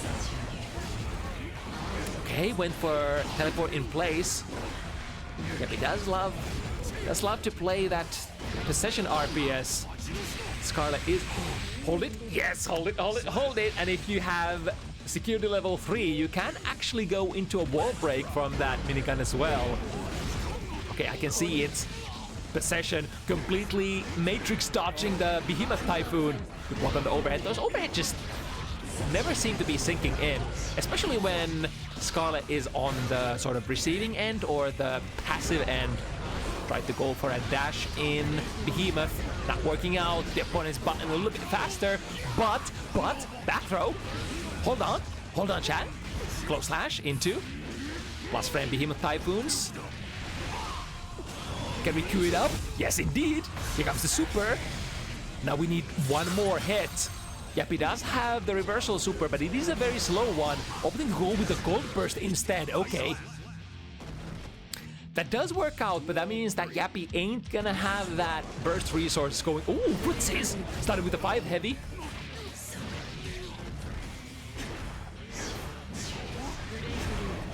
Back from the up fireball, which is plus frames for Testament. I love that. Basically sticking to a distance where Goldblue just can't reach. Oh, that was an interesting trade here. Minigun against the low Arbiter, I think I saw. Close slash, starting the pressure. Far slash still reaches, but the FD... There's been so much FD from Yappie's side that the opponent slowly pushed away. Gets back in there. 100 meter. Might we burn it down? Do we know the input? What can we do? Couple of different options here. Drift forward from those Behemoth Typhoons would be good as well, but do we have the muscle memory? The muscle memory, I think, is the primary issue. Takes out the minigun. It's a hit. However, Scarlet, let's go. Scarlet, let go. Oh, but the throw. We're safe. We're on board. We are definitely not free, and here is where the run back starts, right? This is like, let me tell you about how RNG works. Listen, let me tell you how RNG works. Now it's nothing but top tier characters, right? Milia, top tier? Shit. Not quite top tier. But I mean, I guess this is the better Milia. We've been playing the big boned Milia 2 times. Worked out previous games. Now we have the lightweight Milia, as they call it in the industry. We have the Milia. We have the real Milia. Would the real Milia please stand up and maybe jump into the air and mix it up? This should be a little bit better. I mean, hell, if we pulled through with the Gold Lewis, we should be able to do it with Milia, right? I'm trying to contrast the two characters, but even though like you have some similar, you know, some similar material in their very different characters in the end. I guess the only similar thing between these characters is that you sometimes tend to mix it up with the left-rights. And the jump heavy is kind of like a kind of similar vibe to some of the Lewis mix-ups. Nevertheless, whatever the case, never get hit. Do not get hit here. Oh, we got hit. Oh, and no burst either. Okay. But we're still alive. What color is the Wild Assault for Amelia? Is it blue? I think it's blue, right? The setup character, Wild Assault. Alright, that was a great dash block, because the S Fireball is, from point-blank range, is quite negative for Testament, so if you can dash block yourself into a close range Fireball situation, you can definitely work with that going forward. Set up the shot, the late air backdash as an overhead option, working with the classics. Kind of like a mix-up that you can definitely reverse engineer even if you're not like a main Melia player. Set it up again, this time empty low.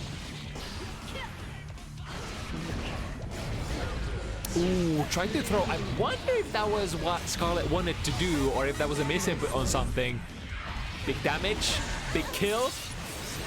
And unfortunately, kill is the name of the game here. Yappie takes up the set 7-1, but most importantly, never free.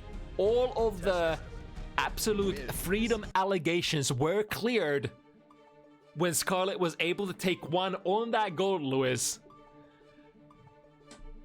Quite a tough run, though. It was like no top tier characters were sort of random into during those 8 games there.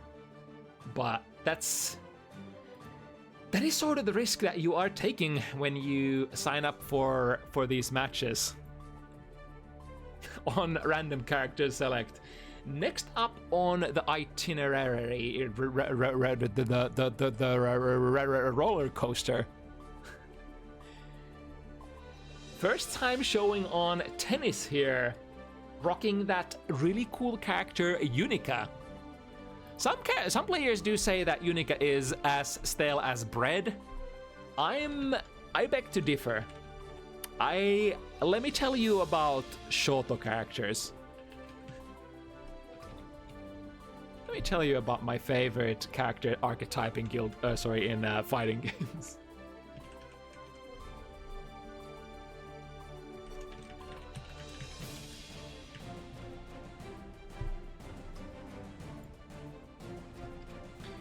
So a couple of seconds doing last minute prep here.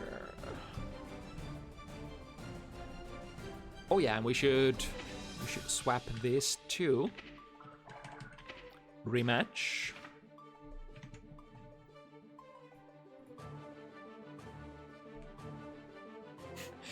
It's funny how some of the player card messages have been kind of matching here. I think the first pair also had a comically like fitting set of messages, and kind of the same vibe here as well. So Unica versus Melia.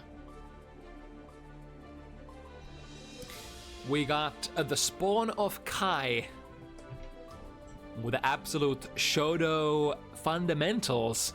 Maybe some of the most Street Fighter-ish character of Guilty Gear history. Like, even more so than Kai himself, probably.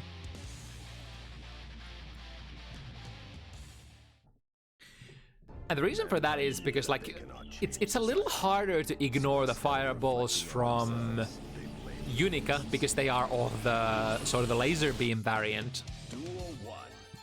And because Guilty Gear Strive is an air dasher, and because it's so like it's so easy to approach from so many angles. It's so easy to approach your opponent very fast. You do have to have an absolutely cracked fireballs if you want to keep your... Or if you want to have an opportunity to keep your opponent away with the fireballs. And Unica, of course, not a primary fire... Ooh, nice cross up there into the blue sledge. Can maybe take a wall here. Yes, indeed. It's going to be enough, especially with the wall damage already done. Slityn, a lot of meter, sending that Septum Voices completely outside of the range of the 5 heavy, which is one of the biggest money makers from Unica. Ooh, jump slash counter hit. You bet your ass that's going to lead into a nice, nifty combo with a long O. Tenis even had a lot of meter on top of that there. Escapes the Oki situation. Slityn hasn't been able to quite open it up yet, but now we get the setup. Front side, the opponent is trying to either escape or press something. Just gonna quick escape from the corner. Get a drive-by jump slash, not to the right direction, but I mean, it all eventually leads into this hard knockdown. RC, PRC, ooh, we have momentum going backwards, no worries.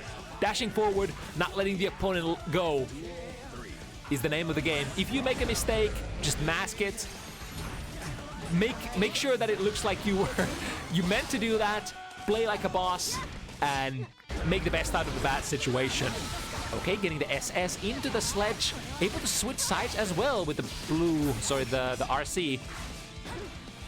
These blue lasers are also guard crushes, so whenever Unica manages to set up the Oki with the blue laser, you are in probably the best situation you could ever be on Unica. Oh, interesting. Went for the double jump, but was not holding block at that time. But able to find the mash here into good old S button, into S follow-up, into the blue stun dipper variant. The cool. Oh, no. Yeah, kind of had to burst there. That was not a counter hit, but that 2 heavy did end up hitting on the kind of a ricochet shot. I've never actually seen anything like that. So the bad moon kind of ricocheted off the ground in a way. Very interesting. Switch sides using the RC. This should be a kill though. I think yes. Good routing so far for Tenis. Which is probably like one of the features that you want to have on a character who doesn't necessarily gain access to the opponent as often, but when you do, the 2 heavy anti-air here, and the 2 heavy anti-air again. Drop the combo. I wonder if Tenis was worried about the burst coming back here, which does come back in a couple of seconds. He is available now. 2K2D, no disc setup. Must have been a misinput here for Slityn. This time, there's a little bit too much momentum. Anti-airs with the 2 heavy again. This is another character who has so many different anti-air options. You have your 5P, 6P, you have your 5 heavy, you have your 2 heavy, and then of course your air-to-air options or your aerial options. Septum Voices still got caught. Is that, I mean, Unica doesn't have the best backdash whatsoever. In fact, I think Unica is working with a slightly below average kind of a backdash, so it's possible the Septum Voices was just so fast that you got caught there. Through the wall, Slityn looking to turn up the heat here. Sending a singular red beam and combo into a ball break. Missed with the 5 heavy. Ooh, airborne opponent on that blue overhead, so we get some plus frames. Oh, and another different approach to the anti-air scenario. You don't necessarily have to commit to it if you're backpedaling out of the active range of the opponent's jump in, as was how Tenis ended up playing it. This time, able to block in time, and the trade is not in Slityn's favor whatsoever. Tenis with a recently clean 2-0 on another character that is not the most popular, but not the most unpopular either, Unica. I mean, Unica is definitely the more popular character out of these two in the community, I would say. Glow Slash works as an anti-air, pull them back to the ground, forcing Tenis to pull that trigger on the burst. Oh, self corner here. Dangerous, dangerous. Crush guard. Wait, goes under? Are you kidding me? That was so dangerous. The beam could have been active there. But Slityn, I guess, knew what they were doing. Rather neutral trade here. Send the hair car. Oh, and to the other side. Back out of the corner. Slityn being really tricksy here with the movement. And Tenis not willing to take a lot of risks, finally finding their opportunity to strike. And I mean, in a matchup like this, you only have to strike once. Especially in a character who has so much damage out of her anti-air options. Sweeping a miss with that too heavy again. You do have to pick a tool, a right tool for the job. I swear I'm not German. But one of the players might be. Ooh, great anti-air. Towards right. The beam ended up not going active. And from... I think the comp might have actually purposely dropped the combo prematurely in an attempt to outplay Tenis's burst. Ended up getting the burst in the end, and now heading to the last round of this game with both players on 0 burst resources. I kind of like that. So Tenis recognized that the far/slash sequence was hitting from way too far away, and that the blue sledge might have actually whiffed there, so went for a dash cancel instead. From the throw, we can set up guard crush. However, the new patch stuff dictates that you can now YRC even guard crushes, so won't have to take that bullshit anymore. If you're willing to pay the meter, at least. The jump mix-up, double jump, waiting for a response from the opponent. Nothing so far. So we're gonna go into another throw. Very strike throw oriented character. Ooh, did I actually accidentally double tap here? Is it 3 or 4? It's at least 3 for Tenis, but might be 4. I blinked and I missed it, and might have double tapped on the scoreboard. Alright, Slityn working with decent advantage. Pretty good that you were able to actually get a gold burst out of the burst into the corner. Usually you have to go for a blue one instead if you want to maintain the momentum. PRC messes the conversion, but we're looking for potentially one hit. Uh-oh, // into the B&B conversion. Can take the wall break here. Let's see if we want to. We are indeed taking it. Dangerous scenario though, Slityn. Yep. 9 frame far slash from a distance that you can still connect with it.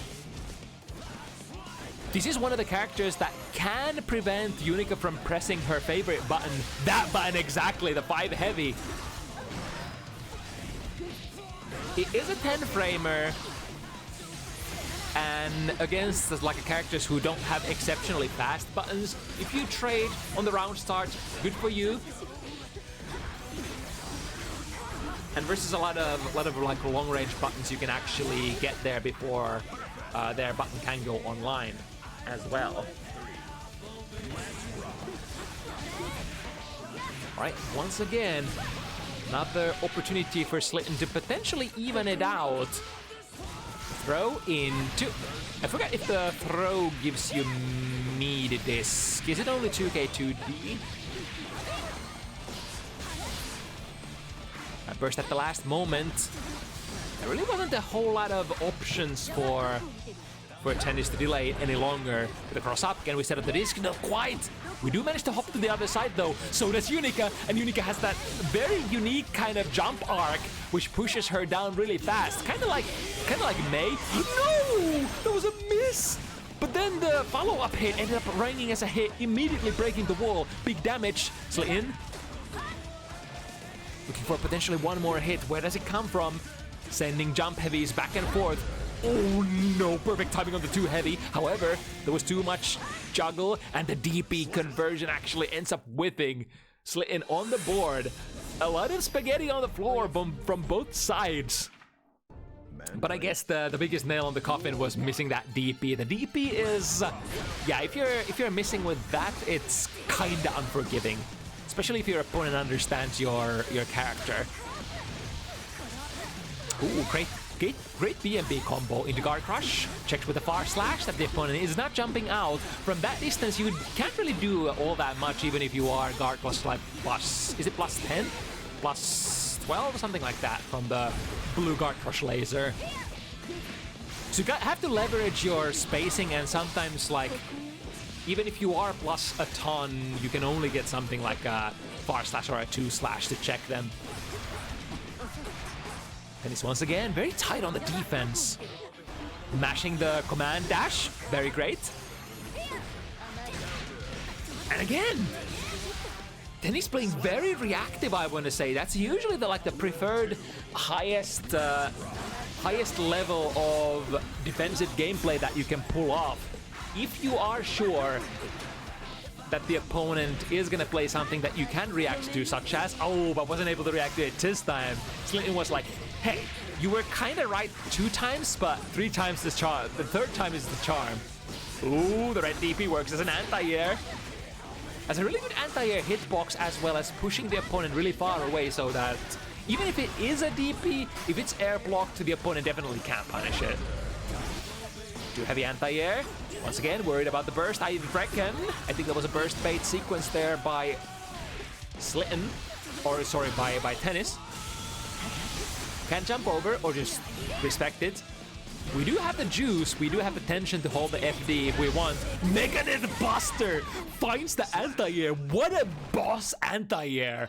Absolute beast. And that kind of has the same feature as her DP, that it reaches very high up in the air. So if the opponent comes from a vertical angle, has a decent chance colliding with the opponent. And you know what else does? The jump D into the fireball sequence. Very good at sealing away like vertical approaches.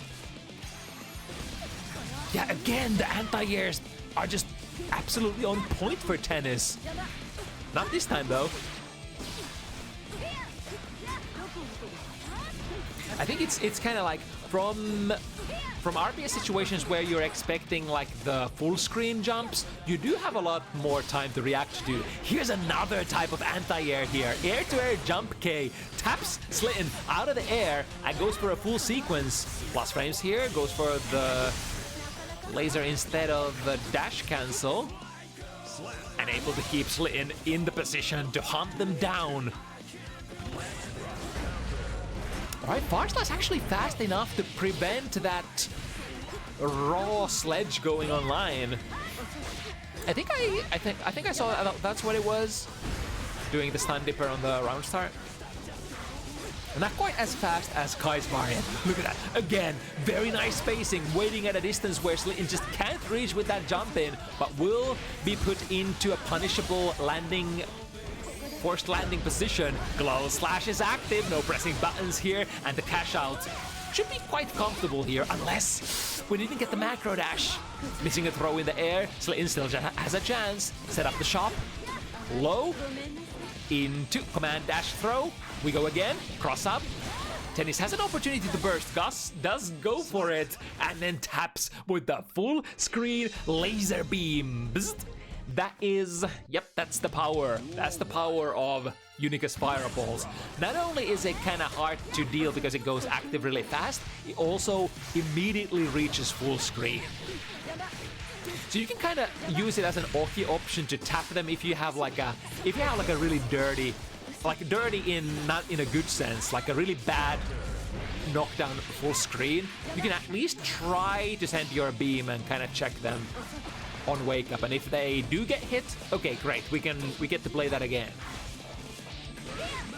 Or alternatively, dash at the opponent and try to overcome the distance. Missing it to heavy anti-air, and Slityn finding his way in.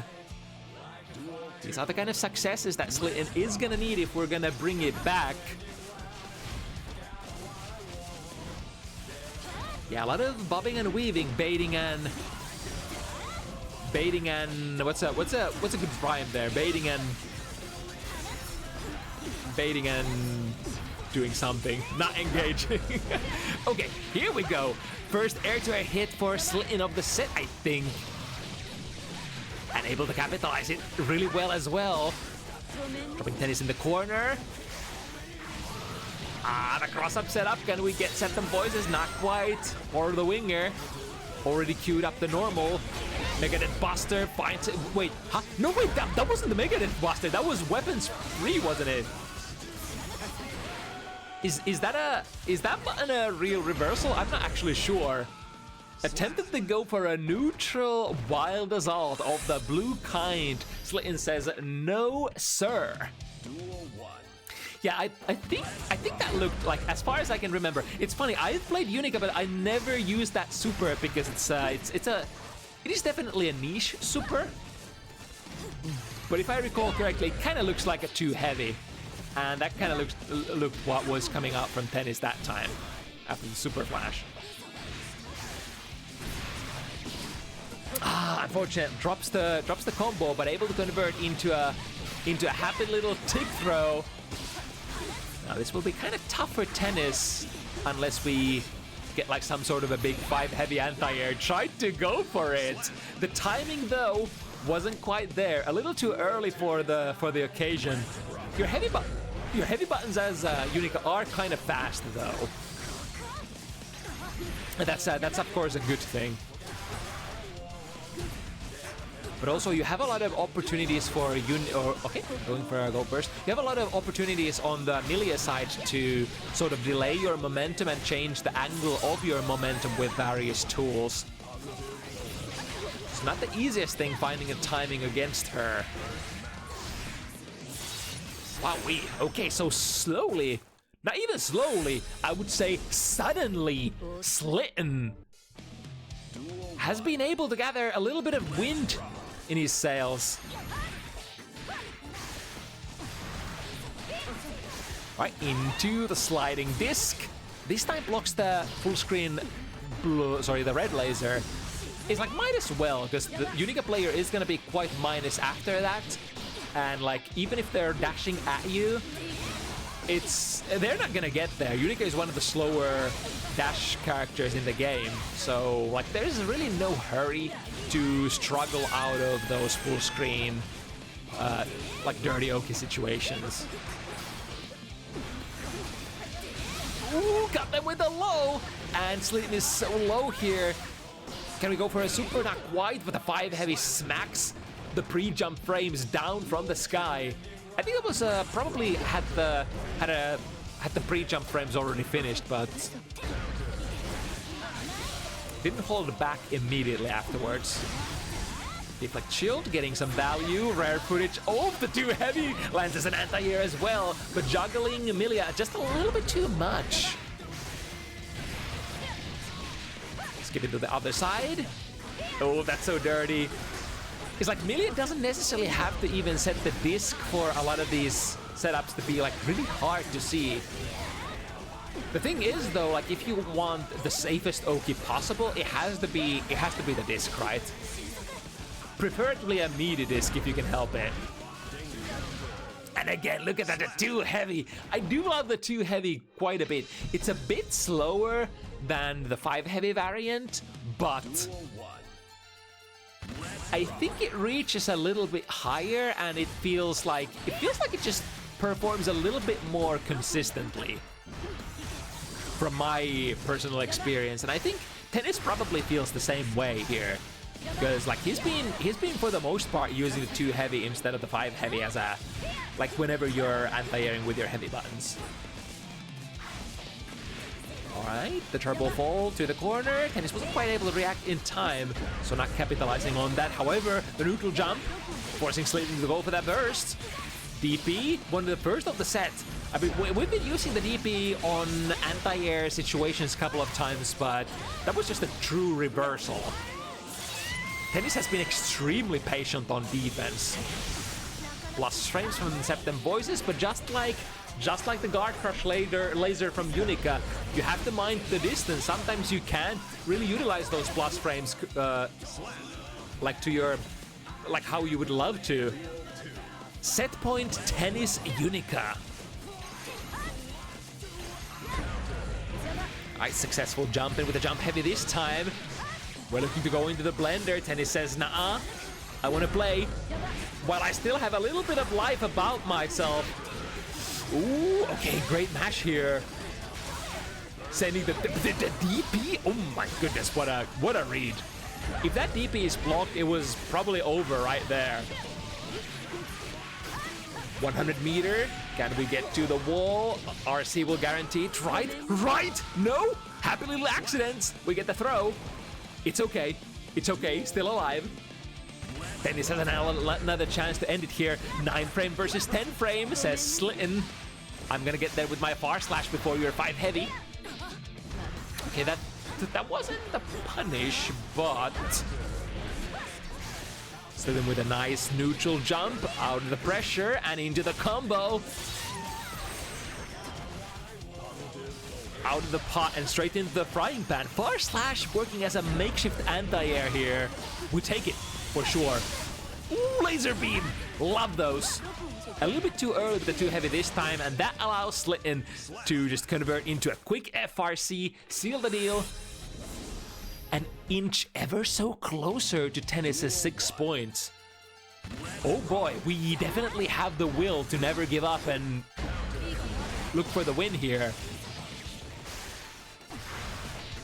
The will to keep winning even when you're down. Trying to sort of, am I trying to paraphrase or quote Mr. Beast here, or not that Beast, but Mr. Umehara Daigo himself. A slightly different kind of beast.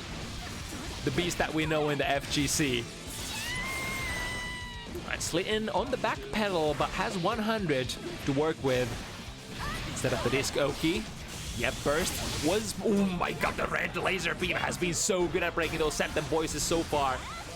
All that value down the drain for now. But also, Tennis not quite able to utilize that 100 meter that he had at the end there.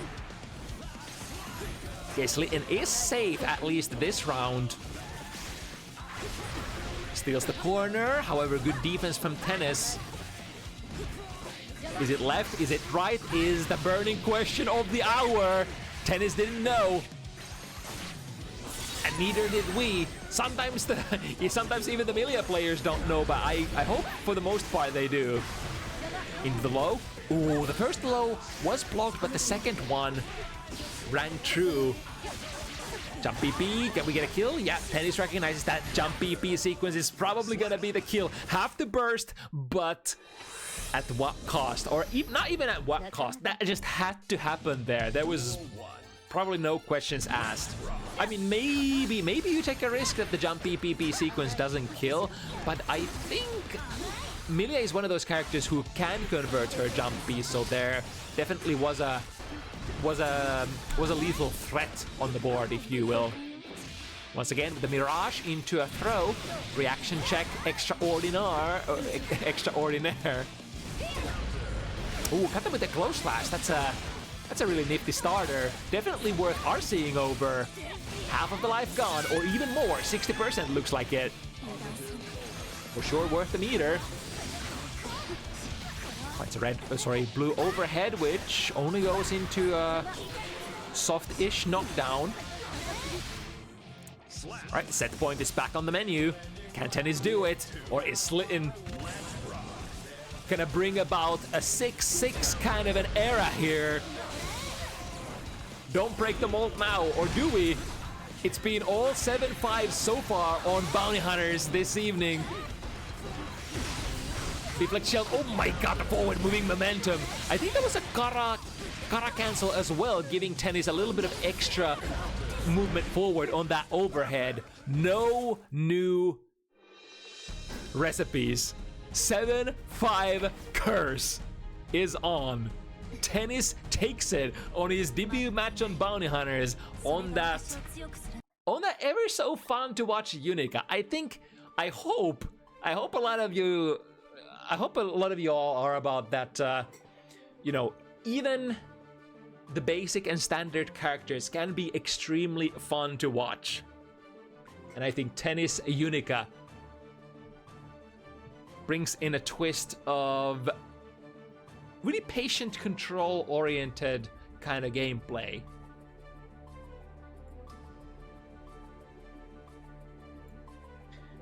Alright, heading into the last two matches of the evening, out of which the first is gonna be Minnow versus Lucaro.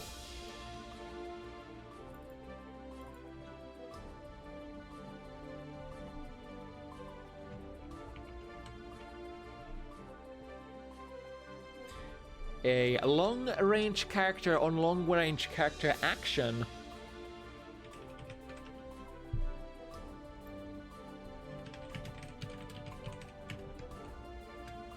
But the twist here is that usually in Guilty Gear Strive, even if you are kind of a long-range oriented character initially, a lot of those characters wanna eventually transition into offense, as Guilty Gear is very aggressive kind of game. And even characters like Axel, who are just kind of like all about zoning, even characters like that can have really potent rushdown. Or I guess we shouldn't call them rushdown, but like pressure once you manage to get there. And the same kind of applies to these two characters, although I guess like both of the characters are pretty good at mixing it up once you do manage to knock the opponent down. Bridget probably a little bit more set play oriented, whereas Venom has more of that pressure DNA, that keeping the pressure aligned, producing plus frames. You got the Carcass Raid, which is, I think, always plus on block if you manage to make your opponent block it.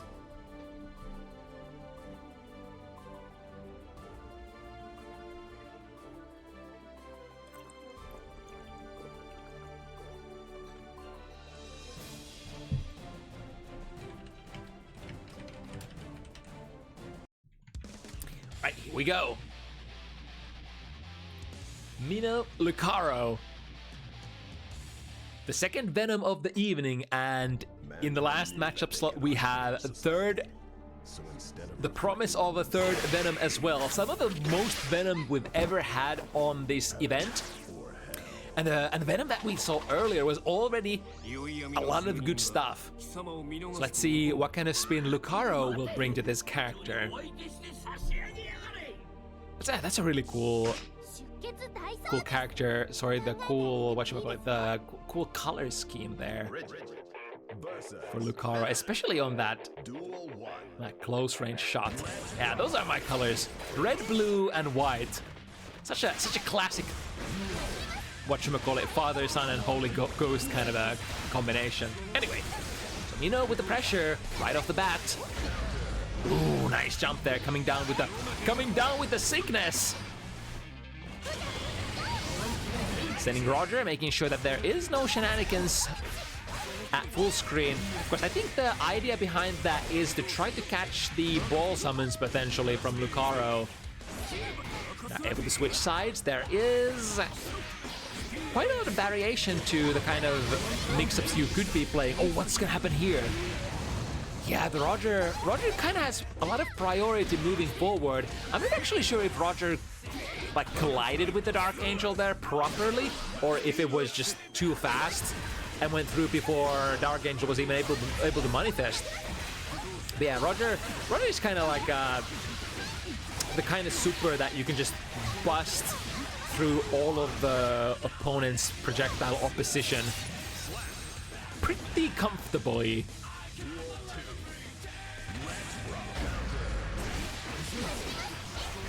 Alright, straight into the corner from that round start hit. Deflect shield does negate the effect of the Wild Assault as well. It's a pretty decent even trade here on resources. Ready with the 6P and not quite able to get the side switch. I'm not sure if that was even the idea for Lucaro. Will be able to get it here. Set up the second wave. Can try to jump, but you should always pay attention, like when Dark Angels like this are used, what is the trajectory that the opponent tries to escape them, or do they try to escape them? I think Lucaro was expecting like an instant air dash kind of a wipe out of it immediately. That's why they chose to hold their position for the most part, I think.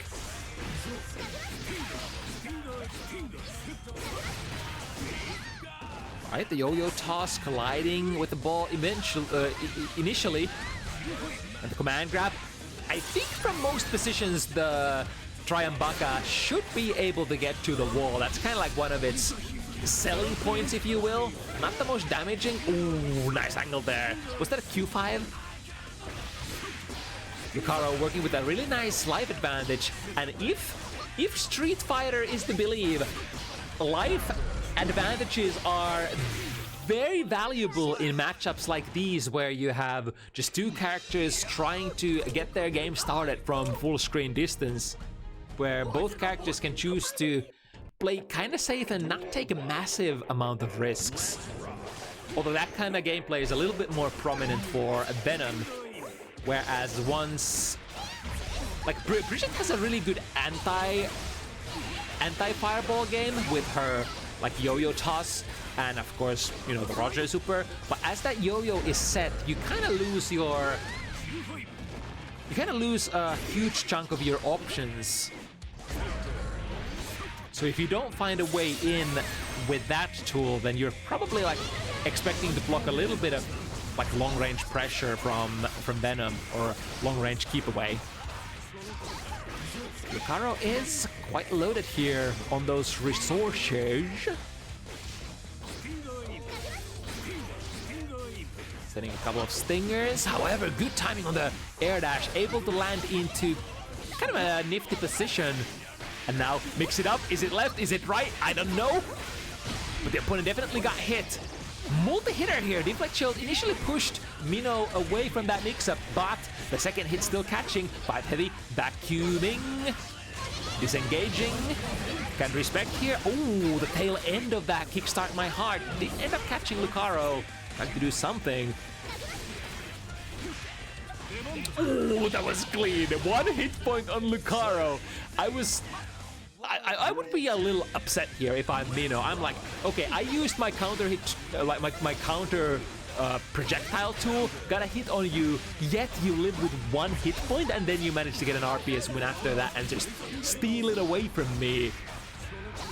Starting with a close slash, we have the meter. So going into the classic kickstart my heart, shoot RC mix-up. Good dash blocks from Mino. Ooh, the tap here will go into full combo, I presume. Even if the wall is not broken, you are still in a very nice position as Venom here to pick up the pressure.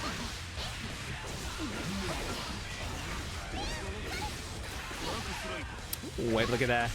Air fireball out, but not out of the woods yet. Lucaro still needs to find a way. Goes for the dive kick. However, Mino was ready to check on the landing. Kind of evenish situation. Lucaro has more resources, but Bridget has the yo-yo set on board. It means nothing, though, in this position, and stealing the corner. Jump deep. Mad struggle extraordinaire. Finding the hit. Ooh, that was great. So if you, of course the classic downside is in corner steal situation mix-ups like that. If your mix-up doesn't land, then you will find yourself in the corner ultimately. So you do risk quite a lot playing mix-ups of that sort. Got the command grab. What's the cool stuff we can do here? We can, of course, you don't necessarily have to go for like the swaggiest Triambaka combos. You could also just like use like one button, just knock them in the corner, and then do like a very safe wall break, if that is your cup of tea. I don't even know what kind of combos they usually go for. Is it even worth it to try to score damage out of that?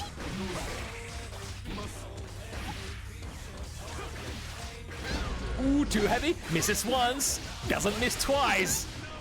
Time for Mino to convert into big damage unless we have a drop. That will buy Lucaro an escape express ticket out of the corner.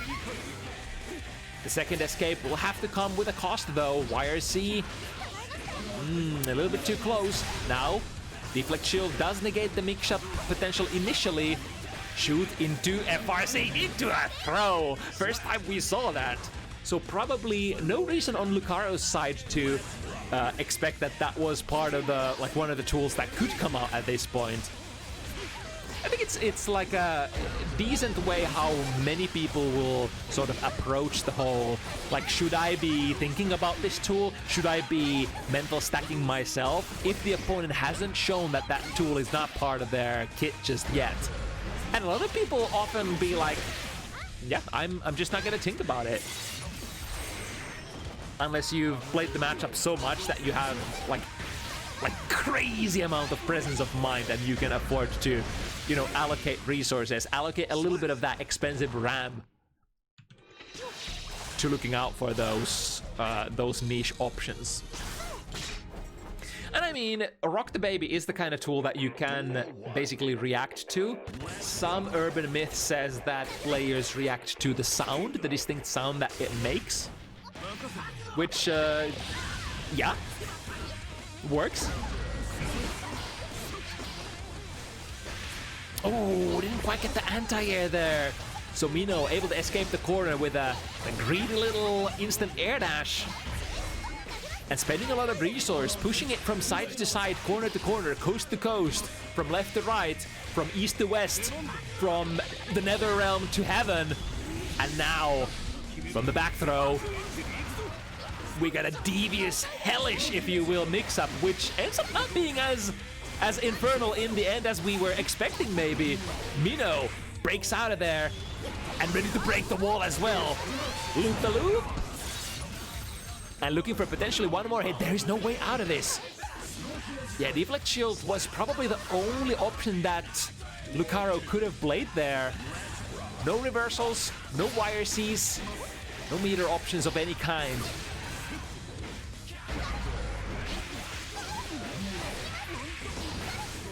Nifty little combo, drops the opponent in the corner, time to set up, and it's a little debatable if, like, that's a very common option, like if you route your wall break sequences incorrectly. It's a very common thing for players to like go for a panic option and RC, try to fix it and get a wall break still, but often enough, it's like you only have the 50 tension and you spend it on the RC and then you don't have the... Oh, I like the idea! I like the idea to hold the momentum with the rolling movement. Lucario drifting straight into the 6B. The trade currency, definitely not on Lucario's side, but we can definitely work on this long-range game instead. Here comes the cuteness overload missile that is Bridget. Send the bodyguard. It's a missing? Oh my god, the rare footage of Roger Super actually missing. I guess there was a lot of movement and a lot of ground to cover as well. What? Jump slash? I thought the jump slash from Bridget is for the most part like more vertical than horizontal. I guess there's a decent amount of horizontality sort of implied in that hitbox. But I thought that Lucario's downwards fireball would have been a pretty good option there. I mean, it's all spacing. It's all footsies. Once again with the left right. I got mixed up as well. Loop missing this time. But Mino not too phased about that little mishap. Just keep looping it as best as possible.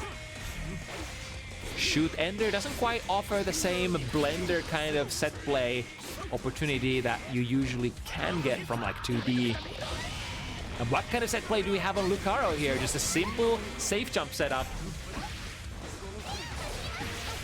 Got them with a kickstart frame trap. And I think that might be enough. Wait, was that a cross-up? Jesus Cristo. What? Devious as hell. Ooh, the tail end of that 6B. Still ended up landing. Here comes the dive kick. Ooh, was maybe a misinput. Tried to input into a ball summon there. Definitely not the time and the spacing for that. The double jump, approaching. Yeah, you gotta take the potential of going into the rolling movement into consideration if you're trying to choose your anti-air timing when Bridget is jumping on you like that. That absolutely annihilates Stinger. Stinger seems like it's not the most free thing in this matchup, as long as, you know, Bridget has 50 meter for that Roger super. Ooh, that was kind of cool looking. Can we still bring it back? Not quite. But we can bring it to the other corner, mixing it up from the right side. Skating straight into a throw punish. Let's see what Lucaro can do here. The long legs, 2K2D, reaching, catching the backdash, and then cashing out. The ball is not active, but this Stinger definitely is. It's very interesting how, like, in some situations, the Venom balls do go inactive for a moment. Like, it's very different from older games where Venom's shots, Venom's balls are usually active for the whole duration that they exist on the screen. But in Guilty Gear Strive, they momentarily go inactive and can be sort of hit again for another application of the projectile. Great maneuvering, however, Lucaro was ready for that. Don't jump out of that for free. It isn't quite a steep cost there. Pretty steep investment if you choose to just shoot these full screen Dark Angel type of moves. But I mean, Mino has been doing that as well. I mean, Roger Super is kind of like a Dark Angel with a twist, if you will. Great 6-speed to finish the round once again. Lucaro has been really on point with those anti-airs. Taking a step back with punishing with that far slash. Lucaro wins the initial RPS exchange. Mino gets in the active range as well. As long as, as soon as you're on that far slash 5 heavy range for a Bridget, you do have some... You definitely have some options. How is this trade gonna go? Okay, just super jump into the air and holding the momentum with the Roger dive, completely nullifying the incoming Dark Angel. Ooh, what was that? Too heavy. Actually ended up whiffing there for Lucaro, getting whiff punished by Mino. Looking for lots more hits. Opening up the shop with that left, right. Was that left? I think that was left. But it kind of looks like you are crossing, so it's very, very tricky if you're just trusting your eyes. 6P. Yep, hits into plus frames. We have the juice to go for an FRC mix-up, finds the hit. Oh no! The Wild Assault at the sort of the worst possible moment. I think Mino just wasn't quite able to hit confirm it. Was expecting it to land on block and queued up the Wild Assault like so. But that's a very common kind of thing that happens in fighting games. Oh, that was a nice bluff, going into a ball summon and then still attacking them, checking them with a 2K. Went for it again. This time Mino was like, nah, I'm pressing my buttons here. Scoring a wall break for her troubles on that one as well. That was a great angle there. You would think that too heavy from Bridget just reaches, but no, it was just 1 or 2 pixels too far away here. Jumping from Lucaro. Nice! Nice. Doesn't allow the sort of the shoot escape from the pressure for free. Was able to tap it on the way out. That's a big one. Mino will have to find a burst or play the RPS. Yeah, you would. There are some scenarios where people would argue that you were the Garfield and you died with the burst, but Mino was playing a layer here where she was kind of expecting Lucaro to just drop that combo because it was an obvious burst point. But, you know, it is a guess is a guess, a read is a read, and sometimes the read doesn't pay off.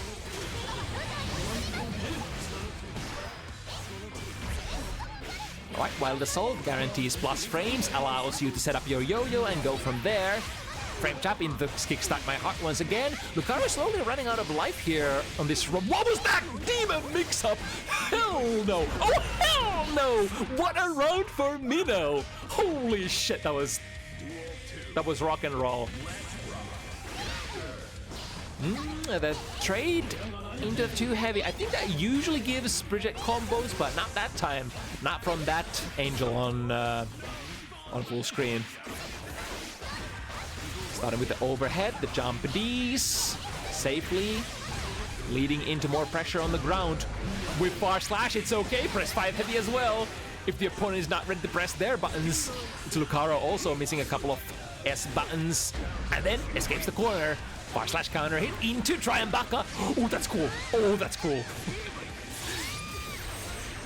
It's oh, sorry.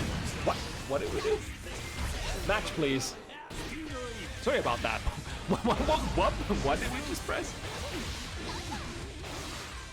Anyway, while streamer is fucking up the feed, Mino has been able to get another point there. What happened? Nobody knows. Okay. Yep, speaking of those good 6Ps on Lucaro's side, both players dashing deep into the 6P. I mean, it is a good button. The biggest downside for that button that has a lot of upper body invulnerability is if you miss with that, it is quite whiff punishable. And again, that demon cross-up. God, Mino is definitely a left-right kind of a gal, isn't she? Haro staying patient, not poking into those S buttons. What? That was definitely supposed to be a deflect shield. And okay. Yeah. That's the kind of a risk that you take when you try to deflect shield cross-ups that have like a dubious timing where they cross up on the left, right.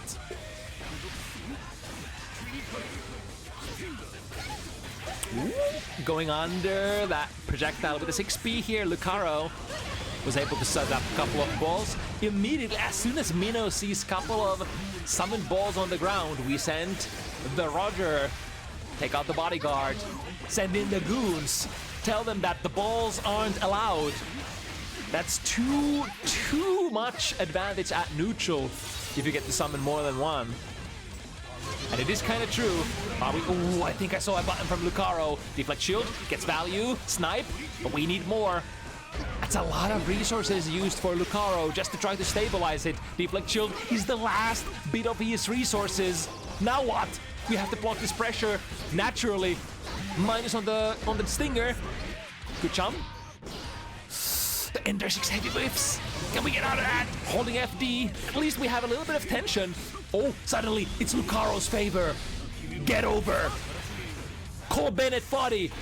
Oh, she does get over. Oh, she got. Oh my god. That wasn't that easy wall of projectiles to overcome by any means. That was like 2 normal summon balls and then a Dark Angel with a life bar that basically said you can't take a single hit even on block. Whoa. Wowee, she says.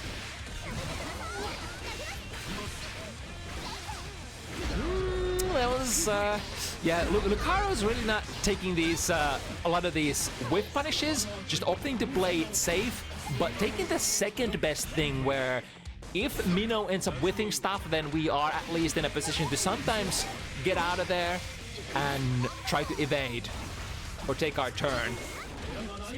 Yeah, once again, the rock the baby, not the overhead, but the command grab that is very slow, finding value.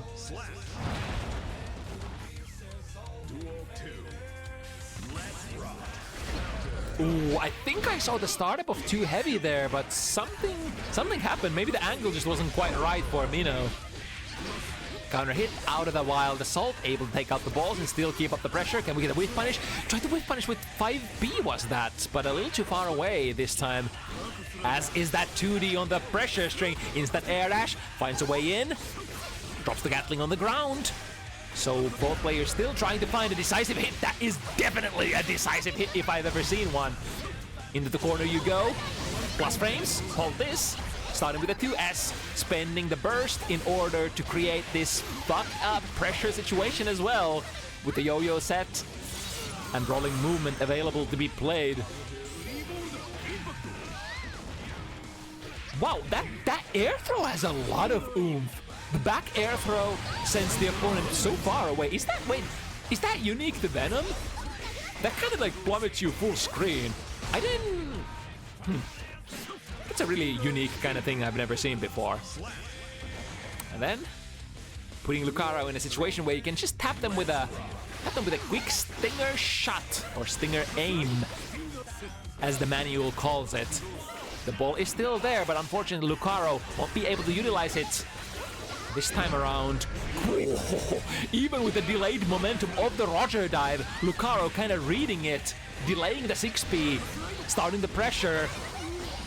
And the burst kind of had to come out eventually. Tried to go for the kickstart my heart. Neutral skip, projectiles, trading durability. In the end, neither one getting a decisive advantage out of that, but Lucario definitely with the advantage at the moment in the life category. Ooh, that's a great whiff punish, or maybe should we call that a spacing trap? But there is a lot of work for Mino still to do. At least one combo after this. Maybe two, depending on the kind of hit that she's gonna score. Oh, close slash counter hit. That is one of the best ones. Okie dokie, Mino taking the driver's seat here. Trying to go around start 2S as soon as they see Lucario going airborne. Using the threat of the deactivated ball there. Making the opponent respect and then straight into the command grab. Good 6P. We have a couple of balls on the board as well, so allowing Lucario to extend a little bit of pressure without taking too many risks. Again, the ball goes inactive in the middle of the sequence. It's really important, like, oh, good bait. Good hold. It's really important to sort of kind of understand where and when, if the balls are set in motion by Venom, when do they deactivate, and does the Venom player have time to safely activate them again?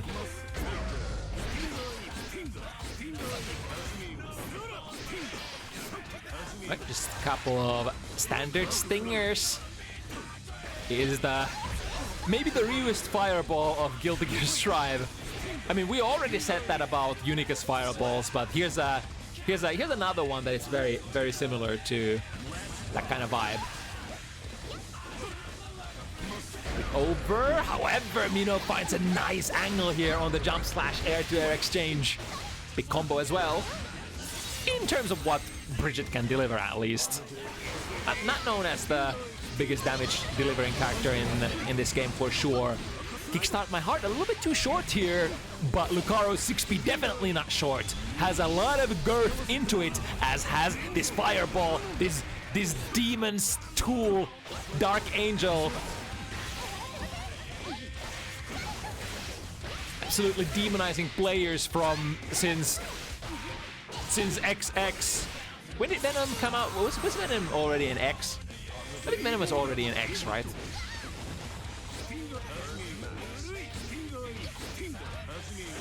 A couple of stingers, Lucario. Be careful here, 2P into the stinger, knockout, back into full screen. What now? Mino has a nice angle here, good double jump, chooses to not do so though. Not taking the risk. OTG is not there. Gold burst misses, and then 6 heavy? 6 heavy as a far screen, full screen poke, half screen poke. Lucario evens it up 5-5. It's a familiar script for today. Good anti-air jump slash. Bridget really... That jump slash is like a Swiss Army knife kind of a tool. It, like, as we've established during this set as well, it reaches vertically, it reaches horizontally, it's nice to convert, and it's just... And it's a nice guy as well. Jump slash is such a nice guy, don't you think? Really one of your best friends. All reliable, if you will. Oh, that shoot is so not safe. I think Mino was expecting to build the 50 meter there from that sequence, but didn't quite get it. Lucario turning it around. The delayed overhead with the jump D. Ooh, will Lucario be able to block in time, not quite. But also Mino has to go through the obstacle course that is the Dark Angel. The darkest of angels for that pressure. Oh, good counter hit. Tap the 5D. We don't have the resources though, we can't convert it. Even on hit, that's gonna be only +0. Even Steven situation. Great attempt here. However, Lucario's air dash angle was way too much for that, too heavy. And now, from the air-to-air situation, that's a lot of damage in terms of what Venom can score. 3-tapping? Oh, Guilty Gear Strive? Can we 3-tap? Oh, queued up the 6 heavy, unfortunately. That move is really slow, so if you already are in sort of way to activate it, there's really no way to like transition into your supers anymore if it ends up wall sticking. Lucario is who arrives to the 6 points first. Already a little... Oh, I shouldn't say already. This might be exactly the same. If Lucario wins here, it's another 5-6. Sorry, 5-7. Uh-oh, I feel sneeze coming. Thank you. That mix-up was so demonic that it just completely killed my sneeze. Yeah, I think there was supposed to be like a break there, but Mino probably couldn't quite get it out in time and ended up skating straight into a punish. F-Stinger gonna get punished here with the use of that 50 tension from Bridget. And setting up the usual store. Good usage of FD there. Lucario pushing Mino fairly far away, disallowing any sort of like close range pressure afterwards. Mino still secures the round. Lucario with the advantage here in burst, but down in rounds, so it is quite likely that we might have to unfortunately spend at least a little bit of it. We'll spend 50 in the form of Deflect Shield, pushing Mino completely out. Set the Dark Angel again. How's the optical course gonna go this time? That's one of the preferred ways for the opponent to deal with. If you can get a throw break, that will kind of make the Dark Angel whiff completely. Stinger, Stinger, Stinger. This time, a little bit of variations and a ricochet shot that covers the air. More Stinger. You know the deal. Chip kill. You know the vibes. You know the vibes. Oh, yeah, Stinger. Baby, my baby girl. Oh, too heavy, my baby girl, says Mino. You're going for a ride straight into the corner. Yo, that rolling movement completely avoiding the incoming projectile. And now we still have the yo-yo activated, but not a setup to go into it airtight. So Lucario says, I'm a mash out of this. Dark Angel full screen. Can we overcome? Not quite. Look at this. This journey from the East Coast to the West. It does cost a lot. Yeah, those flight tickets are quite expensive in the modern economy. As is the case in Guilty Gear Strive as well. You not only pay the 50, but also the negative, the meter build penalty that you get for overdrives in this version of Guilty Gear. No response there. It's been a very, very common occurrence. Like Mino tries to poke. Oh, this time it's Lucario. Lands into not so much plus frames. And Mino evens it up. We have a new script here. Chat room, let me give you a spicy twist. 6, 6, 6, 6. All right, let's see who's gonna take this last game. Very good angles here for the balls. Finally, the last one behind deactivates as well, and Mino skipping into the guard of Lucario's for a moment.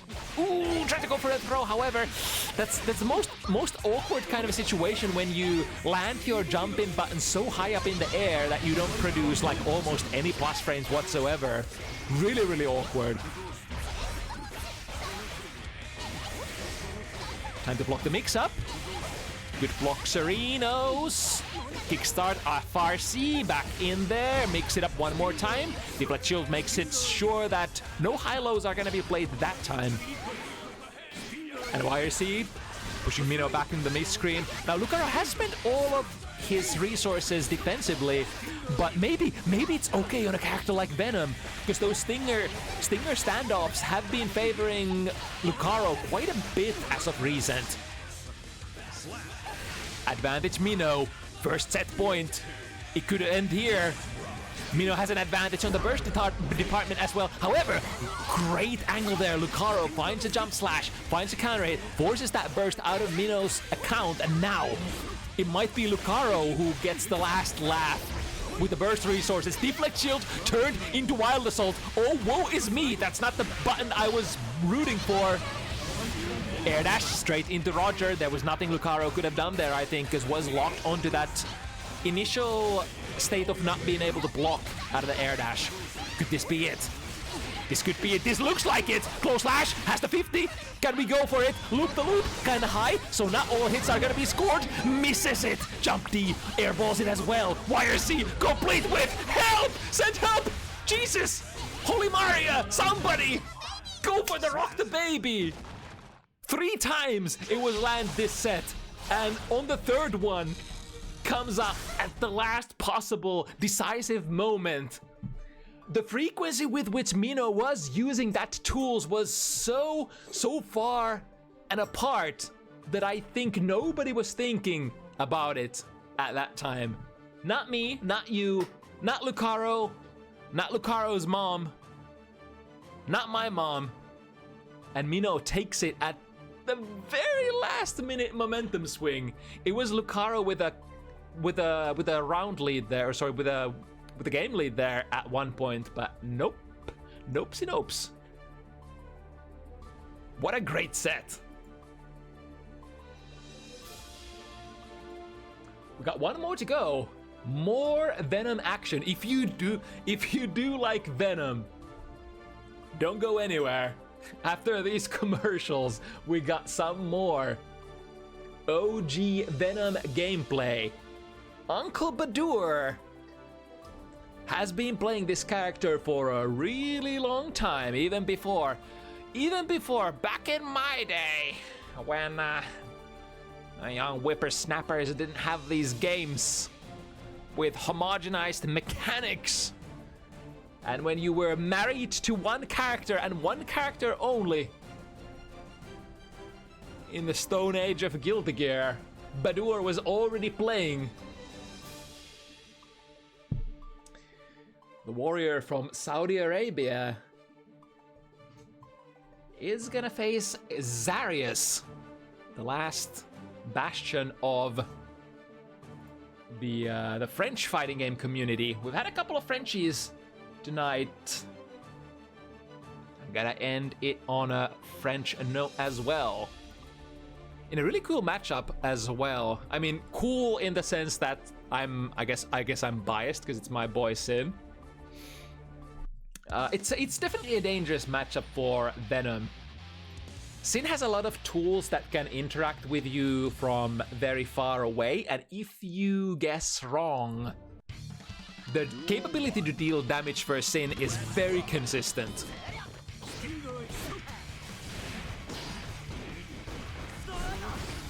Ooh, that was an ISO. Retriver without the second hit straight into a Gazelle reaction check. Yeah, we're putting on some layers straight from the get-go. I mean, it's no shame pulling out a couple of tricks right off the bat and checking if the opponent has what it takes to deal with it. Nice, get that air throw. A little too early. That was literally one frame too early. Badoor breaking out of the corner, plus frames, and the car gets raids. Oh, my favorite button, jump heavy. Lots of horizontality to that move. Tried to go deep, 6B. No good. Badoor was going low that time. Oh, this is collision course. Yeah. I think there's absolutely nothing you can do in that situation. If just before the flash you already locked into an air dash, you're either gonna collide with it or you're gonna be forced to block the whole sequence. And Badoor, time to set up the shop. Did land the jump D hit. I wonder if there was an accidental jump cancel there on the landing or if that's how it was gonna go down as. Yeah. gets the stinger, so value gained from that deflect shield. XarioS still has a burst though. Ooh, this position definitely favors Badoor. Go airborne, send the stinger, call out the L count. Business as usual. So L count is definitely like, I would say if this was basically any other matchup for Sin, the standard kind of turn of events is that you have to be able to counter play L count. And I guess it goes for Venom as well. Venom is no exemption from having to have angles that call out L count, but I think due to like how Venom works, you have a little bit more agency. And Sin has to work their way a little bit closer than, like, has to work a little bit more in order to get to that L count range to gain the right to actually try to use it. And in fact, I think historically, Beak Driver has, in my opinion, been the slightly better tool for this matchup. But of course, it depends on like what the players like to use. Speaking of the Beak Driver, the gist of the Beak Driver is that you also have to, like, just like L count, you have to work for your right to use it. You have to work into its active range before swinging it. If you swing a miss at full screen, yeah, you're just gonna get cleaved by fireballs afterwards. So there is, even though you are a really far reach character as Sin Kisk, ooh, that was a sexy check on the L count. And the 6P works out as well. Now, time to mix it up, find the jump D, and go again to the other side. Ooh, that's a dangerous one. I mean, it's pretty dangerous for XarioS to just hold the low block as well if you see the opponent coming in from the air. Okay, the 6P surely gonna collide with this Dark Angel. Even if you take the hit here, doesn't matter. We go into the full combo, trying to maybe rev up a kill. Back jump, come down with the button, another classic L count counterplay. The most common ones are you use something active on the ground and just poke it. The other one is put yourself airborne. It's like L count isn't the greatest against airborne opponents, and if you come down with a button, it really can't exactly hit you ever. It's like if your jumping button has any sort of amount of verticality, it should be L count. Working with that projectile shield, however, XarioS finding a way in. Jump D once again, steals the corner. Was probably expecting a burst here. It might. Oh no! XarioS, what you bursting for? What you bursting for? You're the one doing the combo. Oh no! I mean, I get it. Your wires get crossed in your brain when you're looking at their burst, and you're like, shit, I should burst. I should bait the burst. It can cause the reaction to accidentally burst yourself to sort of come out. I get it. I get it. I've done the same. I get it. Great 6P. Into nice. Got the shimmy. Not quite the 6 heavy counter hit, but we'll take the throw. Throw always puts the opponent exactly where Sin wants, into the close slash pressure starter.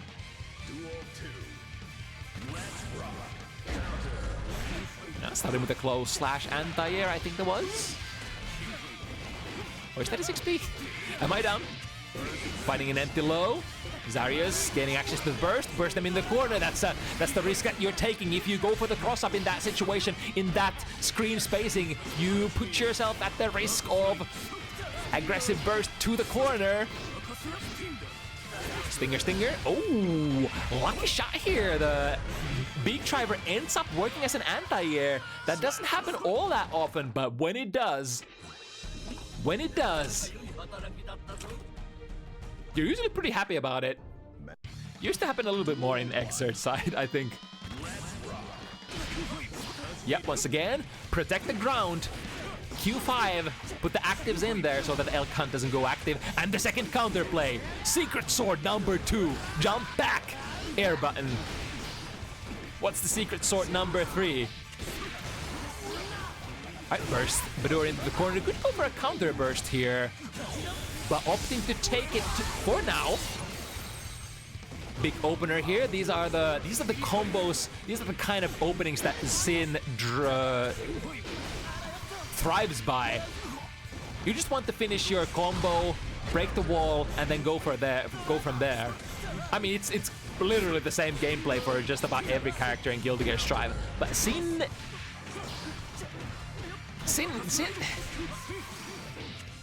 I mean, it's literally the same for everybody. So who am I kidding?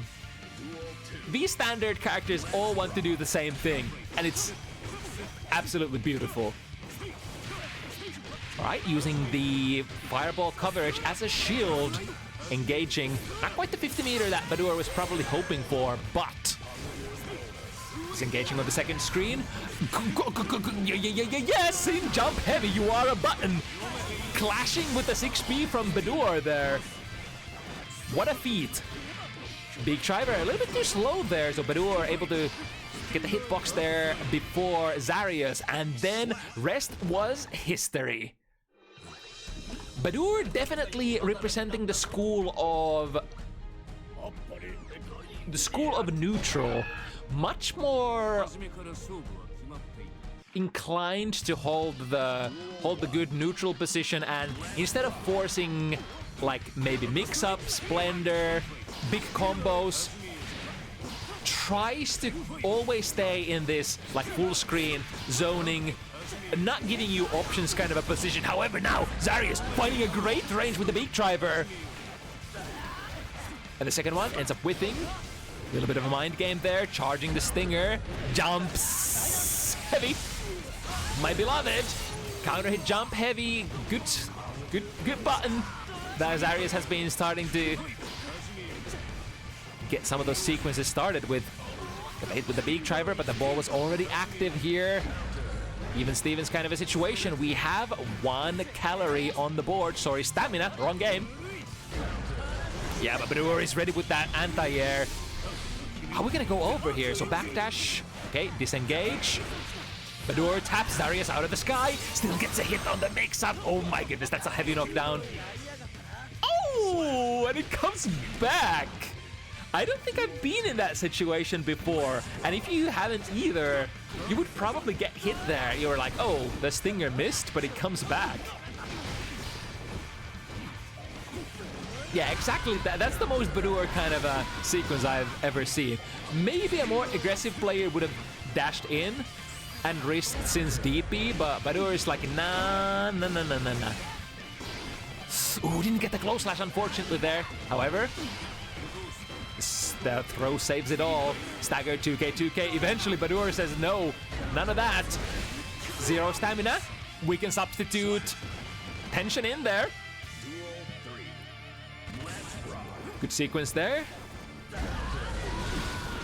And from that counter hit, we can definitely take the war if we want. Yep, was about to take it. Badoor was like, okay, you spent all of your tension. Let's just burst for the sake of not getting wall broken. With jumping combo. Ooh, great instant air dash from XarioS. And a quick sequence into Tyrant Barrel through the wall. This could be dangerous. Badoor has 50. YRC is available. What was that? What was that? What did you do, Badoor? Instant replay, please.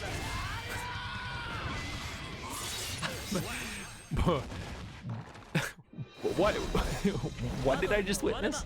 It's like was that a backdash into FRC something? I've never seen anything like it before. He did build a lot of distance for Badoor as well. Alright, heavy vacuum, Sin back in for the mix-up Arenos.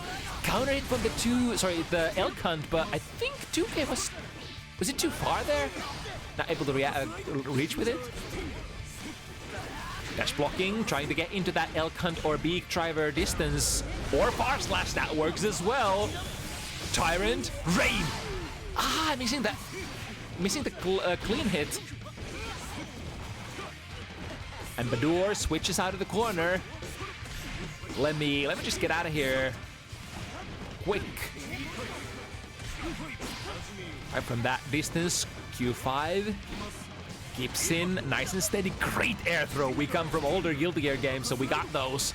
Ankh definitely got those. And now chip damage position. Yeah, if XarioS blocks, they have to be holding on the FD all the time.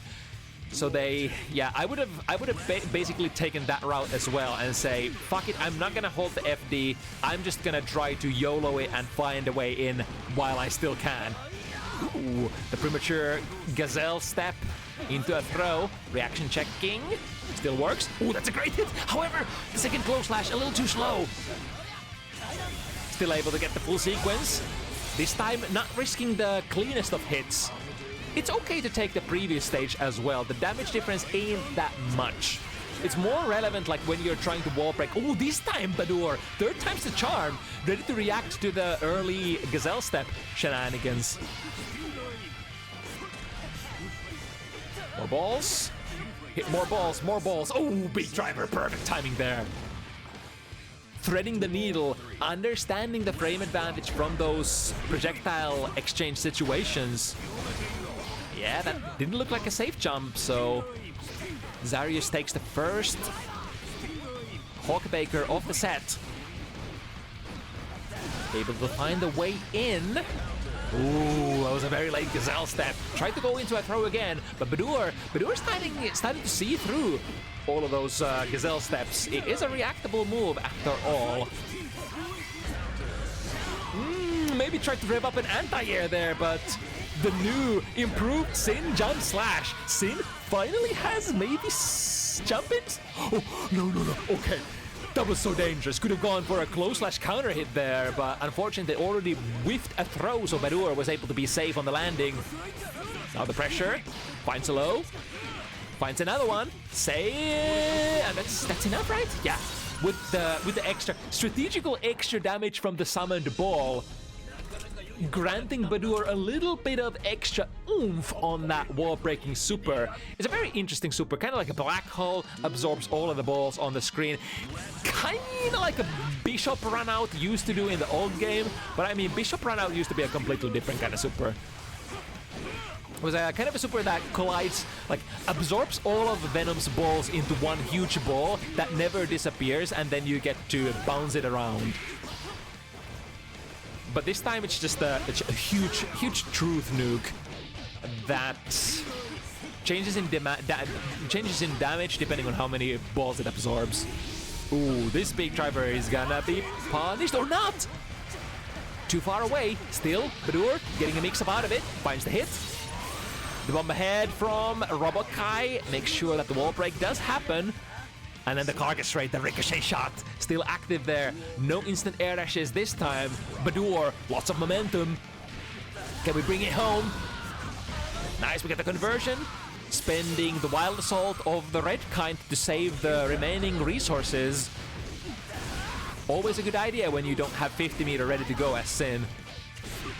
Sin is a really delicate balance of actually like juggling between all of your 3 resources. 6p, ooh, smart plays from XarioS. Realized that the 6p threat was way too real, so drifting out of there and saving himself. Lazo, okay, we get the throw. The shimmies have been working out. This time, dashes in, and Badoor chooses the safest possible option. Save the burst for next round. Dash blocking. Is the name of the game for a lot of characters. Ooh, the Hawkbaker from downtown actually colliding with whatever that was Badoor was trying to do there. Stinger, summon, whenever you can get a summon. Ooh. Was able to set the ball in motion. That was kind of cool. So the beat driver dies, and now XarioS might die as well. Great air throw from the old games. From the olden era where air throws used to be the best anti-airs in the game. No more, but still pretty good. Good trade for Badoor.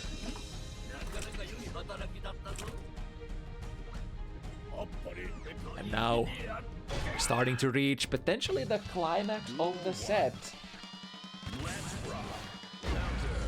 Starting with the 6p, putting them in the corner. DP!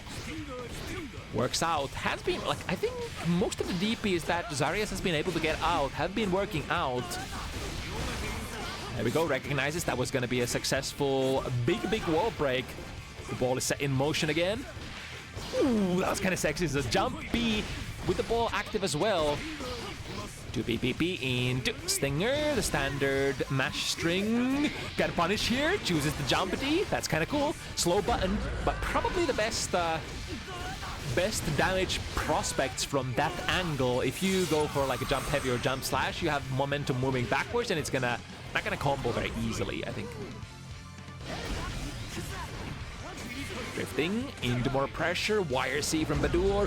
Misses the throw. That's a dangerous one. Can we connect? Yes, we can. Sometimes from that too heavy juggle in horizontally long reaches like that, sometimes the DP ends up whiffing, but not falling prey to that this time around. And XarioS absolutely needs a little bit of good luck here. Alright, plays another backdash shimmy. This time Badoor a little bit more aggressive. The 6P once again works out. Ooh, the L count counter hit confirm. Into the 2 heavy still reaches. Goes for the RTL. In this kind of situation, the timing is a little dubious if you want to go for Tyrant Barrel, and you might need a clean hit. So XarioS just says, fuck it, I'll simplify it and just go for the RTL and get the throw. Sorry, the warp break. Oh, the Kai head! The Kai head sets up the throw mix-up. Drifting forward into, well, I'm not sure what button that was from Badoor, but ends up trading in his favor, and now set point is still on for Uncle Badoor. Yeah, the ricochet. Make sure that it bounces from a perfect angle where the Beak Driver won't be able to delete it. Wait, Beak Driver doesn't even delete fireballs in this game, does it? No, he doesn't. Oh, how they massacred my boy. Where my Beak Driver? Oh, speaking of Beak Driver, XarioS didn't have the stamina there to convert, unfortunately. That's the only limitation for this character, Kisk. Absolutely crazy convertibility with pretty much all of his pokes from basically any reach, as long as you have stamina. Is the claws. Glides with the ball once again. Ooh, okay. Runs straight into the whatchamacallit, the black hole super gold burst. That's one way to avoid getting thrown.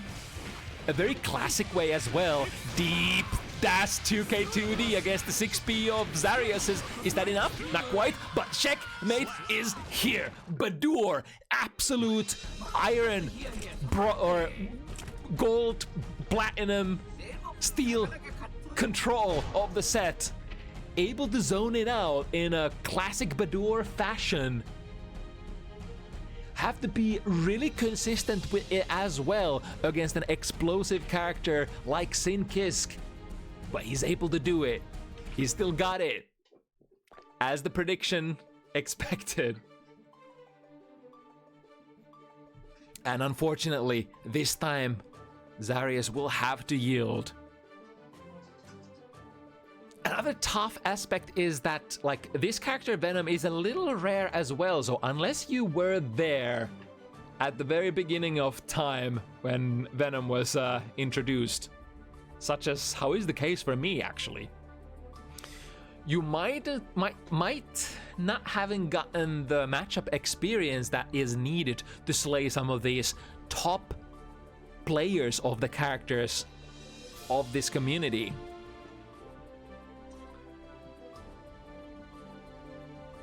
That is the sort of the rare advantage of, you know, the kind of the usual advantage of quotations low tier characters. If they are not popular, then better chance that you don't have the matchup experience against them either.